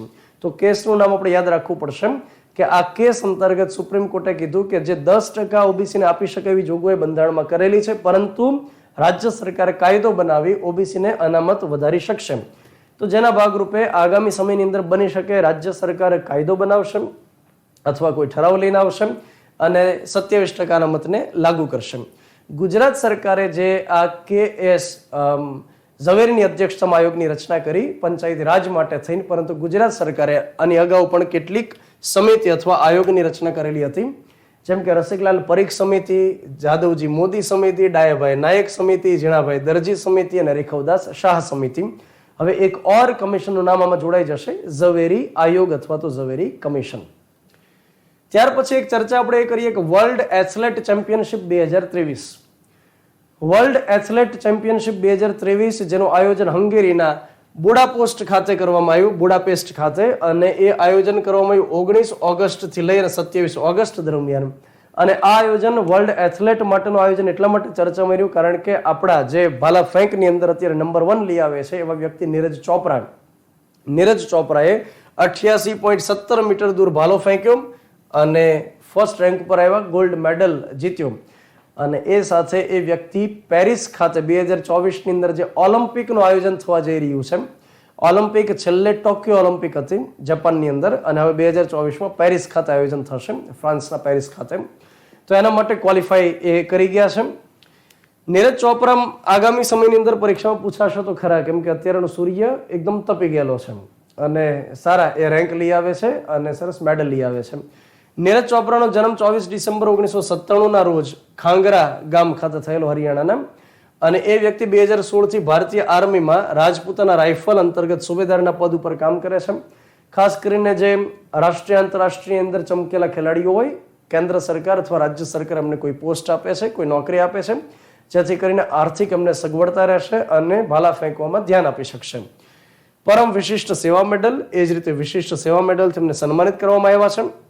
વર્ષ 2018માં અર્જુન પુરસ્કારથી સન્માનિત કર્યા અને વર્ષ 2022માં પદ્મશ્રી પુરસ્કારથી એમને સન્માનિત કર્યા. ત્યાર પછી રમતગમત ક્ષેત્રે એમણે જે સિદ્ધિઓ હાંસલ કરી એ આપણે જોઈએ. ટોક્યો ઓલિમ્પિકમાં ગોલ્ડ મેડલ જીત્યો. ડાયમંડ લીગ 2022માં ડાયમંડ લીગ ટાઇટલ જીત્યું, મતલબ કે ફર્સ્ટ રેન્ક ઉપર આવ્યા. એશિયન ગેમ્સ 2018માં ગોલ્ડ મેડલ. કોમનવેલ્થ ગેમ્સ 2018માં ગોલ્ડ. એશિયન ચેમ્પિયનશિપ 2017માં ગોલ્ડ. અને એ જ રીતે વર્લ્ડ જુનિયર ચેમ્પિયનશિપ 2016માં ગોલ્ડ મેડલ એમને મળેલો છે. તો સૂર્ય એકદમ મધ્યાહન ઉપર છે એમનો, અને કારકિર્દી અત્યારે એકદમ પીક ઉપર છે. તો નીરજ ચોપરામાંથી સવાલ પૂછાઈ શકશે, વિધાનવાળા સવાલ પૂછાય તો એમાં આપણને ખ્યાલ રહેવો જરૂરી છે. એના પછી આપણે ચર્ચા કરીએ 8 સપ્ટેમ્બર, જેને વિશ્વ સાક્ષરતા દિવસ તરીકે ઓળખવામાં આવે છે. વર્લ્ડ લિટરસી ડે આપણે એને કહી શકીએ ઇંગ્લિશમાં, વિશ્વ સાક્ષરતા દિવસ. સાક્ષરતાની વ્યાખ્યા એ પરિપ્રેક્ષ્યમાં આપવામાં આવે છે કે 7 વર્ષથી ઉપરના વ્યક્તિ હોય અને એને એટલીસ્ટ એક ભાષા એ સમજી શકે, લખી શકે, વાંચી શકે તો આપણે સાક્ષર ગણી શકીએ. તો 8 સપ્ટેમ્બર આપણે યાદ રાખવું, અને સાથે એ પણ યાદ રાખવું કે આ વખતે જે ઉજવણી થઈ એની થીમ શું રહેલી હતી. થીમ એની હતી પરિવર્તનશીલ વિશ્વ માટે સાક્ષરતાને પ્રોત્સાહન, ટકાઉ અને શાંતિપૂર્ણ સમાજ માટે પાયાનું શિક્ષણ. સાથે એક શબ્દ પણ પરીક્ષામાં પૂછાતો હોય છે, જ્યારે સાક્ષરતાની વાત કરીએ ત્યારે પ્રૌઢ શિક્ષણ પરીક્ષામાં પૂછાતું હોય છે. પ્રૌઢ શિક્ષણનો મતલબ થાય છે 15 થી લઈને 35 વર્ષના વ્યક્તિ હોય એને પાયાનું શિક્ષણ આપવું, એને કહેવાય પ્રૌઢ શિક્ષણ. એ ઘણા વિદ્યાર્થીઓને લાગે પ્રૌઢ શિક્ષણનો મતલબ થાય જે ગઢિયા બુઢિયા હોય, વૃદ્ધ હોય, વયોવૃદ્ધ હોય એને શિક્ષણ આપવું, એવું નથી. જેનું શિક્ષણ છૂટી ગયું છે, વચ્ચેથી ડ્રોપ આઉટ થઈ ગયું છે, તો એવા કે જેમણે શિક્ષણ મેળવવાના સમય મેળવ્યું નથી, એવા 15 થી 35 વર્ષની વય ધરાવતા વ્યક્તિઓને જે પાયાનું શિક્ષણ આપવું, બેઝિક જે સમજ આપવી, લખતા વાંચતા કરવા, એને કહેવાય પ્રૌઢ શિક્ષણ. સાથે આપણે વાત કરીએ કેટલાક સાક્ષરતાના દર અહીંયા આગળ હું તમારી સમક્ષ પ્રસ્તુત કરું છું, જેને તમારે યાદ રાખવો જોઈએ, પરીક્ષાઓની અંદર પૂછાતું હોય છે. 1951માં ભારતમાં સાક્ષરતાનો દર હતો 18.3%. મતલબ કે 100માંથી લગભગ 18 થી 19 વ્યક્તિઓ હતા જે લખતા વાંચતા કંઈક સમજી શકતા. આખા ગામમાં માત્ર પોસ્ટ માસ્ટર જેવો એક જે આખા ગામની ટપાલ વાંચી શકતો, બાકીના લગભગ અંગૂઠા છાપ પ્રકારના હતા. 2011માં સાક્ષરતાનો દર જોવા મળે છે 74.04%. 2011ની જે વસ્તી ગણતરી થઈ અને જે રિપોર્ટ સબમિટ થયો એ આધારે પુરુષ સાક્ષરતા દર 82.12% અને મહિલા સાક્ષરતા દર 65.4% માલુમ પડ્યો હતો. નેશનલ સર્વે ઓફ ઇન્ડિયા જે ઉત્તરાખંડમાં આવેલી સંસ્થા છે એમના રિપોર્ટ પ્રમાણે 2023ની અંદર સાક્ષરતા દર ભારતનો છે 77.7%. યુનેસ્કોના અહેવાલ મુજબ ભારતનો સાક્ષરતા દર 77.7% છે, અને એમાંથી પુરુષનો 84.7% અને મહિલા માટેનો 70.3% છે. શહેરી ક્ષેત્રની અંદર સાક્ષરતાનો દર થોડો વધારે છે 87.7% અને ગ્રામીણ વિસ્તારની અંદર 73.5% છે. એના પછી મિત્રો આગળ આપણે ચર્ચા કરીએ રાષ્ટ્રીય પોષણ માસ સપ્ટેમ્બર મહિનો. આખા સપ્ટેમ્બર મહિનાને પોષણ મહિના તરીકે, ન્યુટ્રિશન મંથ તરીકે ઓળખવામાં આવે છે, અને આ પ્રકારની શરૂઆત વર્ષ 2018 થી કરવામાં આવેલી. તો 2018માં, 19માં, 20માં, 21માં, 22માં અને 23માં, એટલે કે આ 6થો રાષ્ટ્રીય પોષણ મહિનો રહેલો છે. પોષણ મહિનાનો મુખ્ય ઉદ્દેશ છે જાગૃતિ ફેલાવવામાં આવે, ખાવા પીવા પર ફોકસ કરવામાં આવે, અને જે ભૂખમરાની પરિસ્થિતિ હોય, જે કુપોષણની પરિસ્થિતિ હોય એને દૂર કરવામાં આવે. સરકાર અલગ અલગ પ્રકારના અભિયાન ચલાવે છે, જેમ કે 2018માં 8 માર્ચ જે મહિલા દિવસ છે, આંતરરાષ્ટ્રીય મહિલા દિવસ છે, તો 8 માર્ચ 2018ના દિવસથી એક પોષણ અભિયાન સ્ટાર્ટ કરે છે, રાષ્ટ્રીય પોષણ અભિયાનને. એ અંતર્ગત સપ્ટેમ્બર મહિનાને પોષણ માસ તરીકે ઓળખવાની શરૂઆત કરી. અને સાથે આપણે એ પણ યાદ રાખીએ કે આ વખતે જે 6થા પોષણ મહિનાની ઉજવણી કરવામાં આવી એની થીમ શું રહેલી? તો એની થીમ રહેલી છે સુપોષિત ભારત, સાક્ષર ભારત, સશક્ત ભારત. આ થીમ પરીક્ષામાં પૂછાવું જોઈએ મિત્રો. અને સાથે તાજેતરની અંદર એક કેન્દ્રીય બાળ અને મહિલા વિકાસ મંત્રાલય છે, એમણે એક અભિયાન શરૂ કર્યું છે જેનું નામ છે પોષણ ભી પઢાઈ ભી. એનો મતલબ એ થાય કે પઢાઈ તો ચાલ્યા કરશે, પહેલા પોષણ ઉપર ધ્યાન આપો. બાળકો ભણતા ભણતા પડી જાય એની કરતાં બેટર છે ને ખવડાવ પીવડાવમાં ધ્યાન આપો. 3 થી 6 વર્ષના બાળક હોય, ખાસ કરીને જે બાળ મંદિરની અંદર અભ્યાસ કરતા હોય એને વ્યવસ્થિત ખવડાવો પીવડાવો. તો 3 થી 6 વર્ષના બાળક માટે થઈને આ એક અભિયાન શરૂ કર્યું, પોષણ ભી પઢાઈ ભી. ત્યાર પછી મધ્યાહન ભોજન યોજના જે વર્ષ 1982માં તમિલનાડુની સરકારે પહેલ કરેલી, માધવસિંહ સોલંકીની સરકારે ગુજરાતમાં પહેલ કરેલી, 1995માં કેન્દ્ર સરકારે દેશભરની અંદર પ્રારંભ કરેલો. તો મધ્યાહન ભોજન યોજના અંતર્ગત બાળકોને એક સરસ ટાઈમ ટેબલ આપેલું હોય. બાળકોને એના લેક્ચરનું ટાઈમ ટેબલ ખબર હોય કે ન હોય, મધ્યાહન ભોજનનું ટાઈમ ટેબલ એમને બરોબર ખ્યાલ હોય છે. તો મધ્યાહન ભોજનનું નામ હવે કરી નાખ્યું છે પીએમ પોષણ યોજના. આ પૂરું નામ પરીક્ષામાં પૂછવામાં આવેલું. પીએમ પોષણનો મતલબ થાય છે પોષણ શક્તિ નિર્માણ. આ આપણે યાદ રાખવું પડશે. પીએમ પોષણ યોજના એ મધ્યાહન ભોજનનું નવું નામ છે અને પીએમ પોષણનું પૂરું નામ થાય પોષણ શક્તિ નિર્માણ. એ જ રીતે ગુજરાતની અંદર મુખ્યમંત્રી માતૃશક્તિ યોજના અત્યારે કામ કરે છે. મુખ્યમંત્રી માતૃશક્તિ યોજના અંતર્ગત જે ગર્ભવતી મહિલા હોય એમને 1000 દિવસ માટે દર મહિને 1000 દિવસ સુધી દર મહિને એને શું આપવામાં આવે? 2 કિલોગ્રામ ચણા, 1 કિલો તુવેર દાળ અને 1 લીટર શીંગ તેલ આપવામાં આવે છે. તો પોષણ સ્તર ઉપર આવે એના માટેની આ ગુજરાત સરકારની પહેલ છે, યોજના છે મુખ્યમંત્રી માતૃશક્તિ યોજના. તો મિત્રો આ હતી ખૂબ જ અગત્યની કરંટ અફેર્સની વિગતો. કરંટ અફેર્સ વિથ દર્શન રાવલના પહેલા એપિસોડની અંદર આપણે આટલી મેટર્સને જોઈ. અને કેમ રહ્યો લેક્ચર તમે મને ફીડબેકમાં ચોક્કસથી જણાવો, કોમેન્ટમાં મને જણાવી શકશો. અને આગામી સમયે એટલે કે આવતા વીકની અંદર ફરીવાર પાછા સિરીઝમાં ભેગા થશું અને ખૂબ અગત્યની મેટર સાથે ભેગા થશું. હવે તમને સવાલ એ અચૂક થશે કે સાહેબ આ પીપીટી મળશે કે કેમ? ઘણા વિદ્યાર્થીઓના એક યક્ષ પ્રશ્ન હોય છે કે સાહેબ પીપીટી મળશે કે કેમ? તો પીપીટી મળશે. વર્લ્ડ ઇનબોક્સની જે ઓફિશિયલ મેઇન ચેનલ છે વર્લ્ડ ઇનબોક્સની, તો એમાં આ પીપીટીને અમે મૂકી દઈશું પીડીએફ સ્વરૂપમાં. તમે આને સેવ કરી શકશો અને પરીક્ષા વખતે તમે નજર ફેરવી અને જઈ શકશો. મારો ટાર્ગેટ અને મારો પ્રયાસ એવો રહેશે પરીક્ષા લક્ષી ખૂબ સારી અગત્યની આઈએમપી મેટર્સને ભણાવવી અને એના માટે સરસ આ પ્રકારનું મટીરિયલ તૈયાર કરવું. તો મળીએ છીએ આવતા સેશનમાં. ત્યાં સુધી જય હિન્દ, જય Bharat. Thank you very much.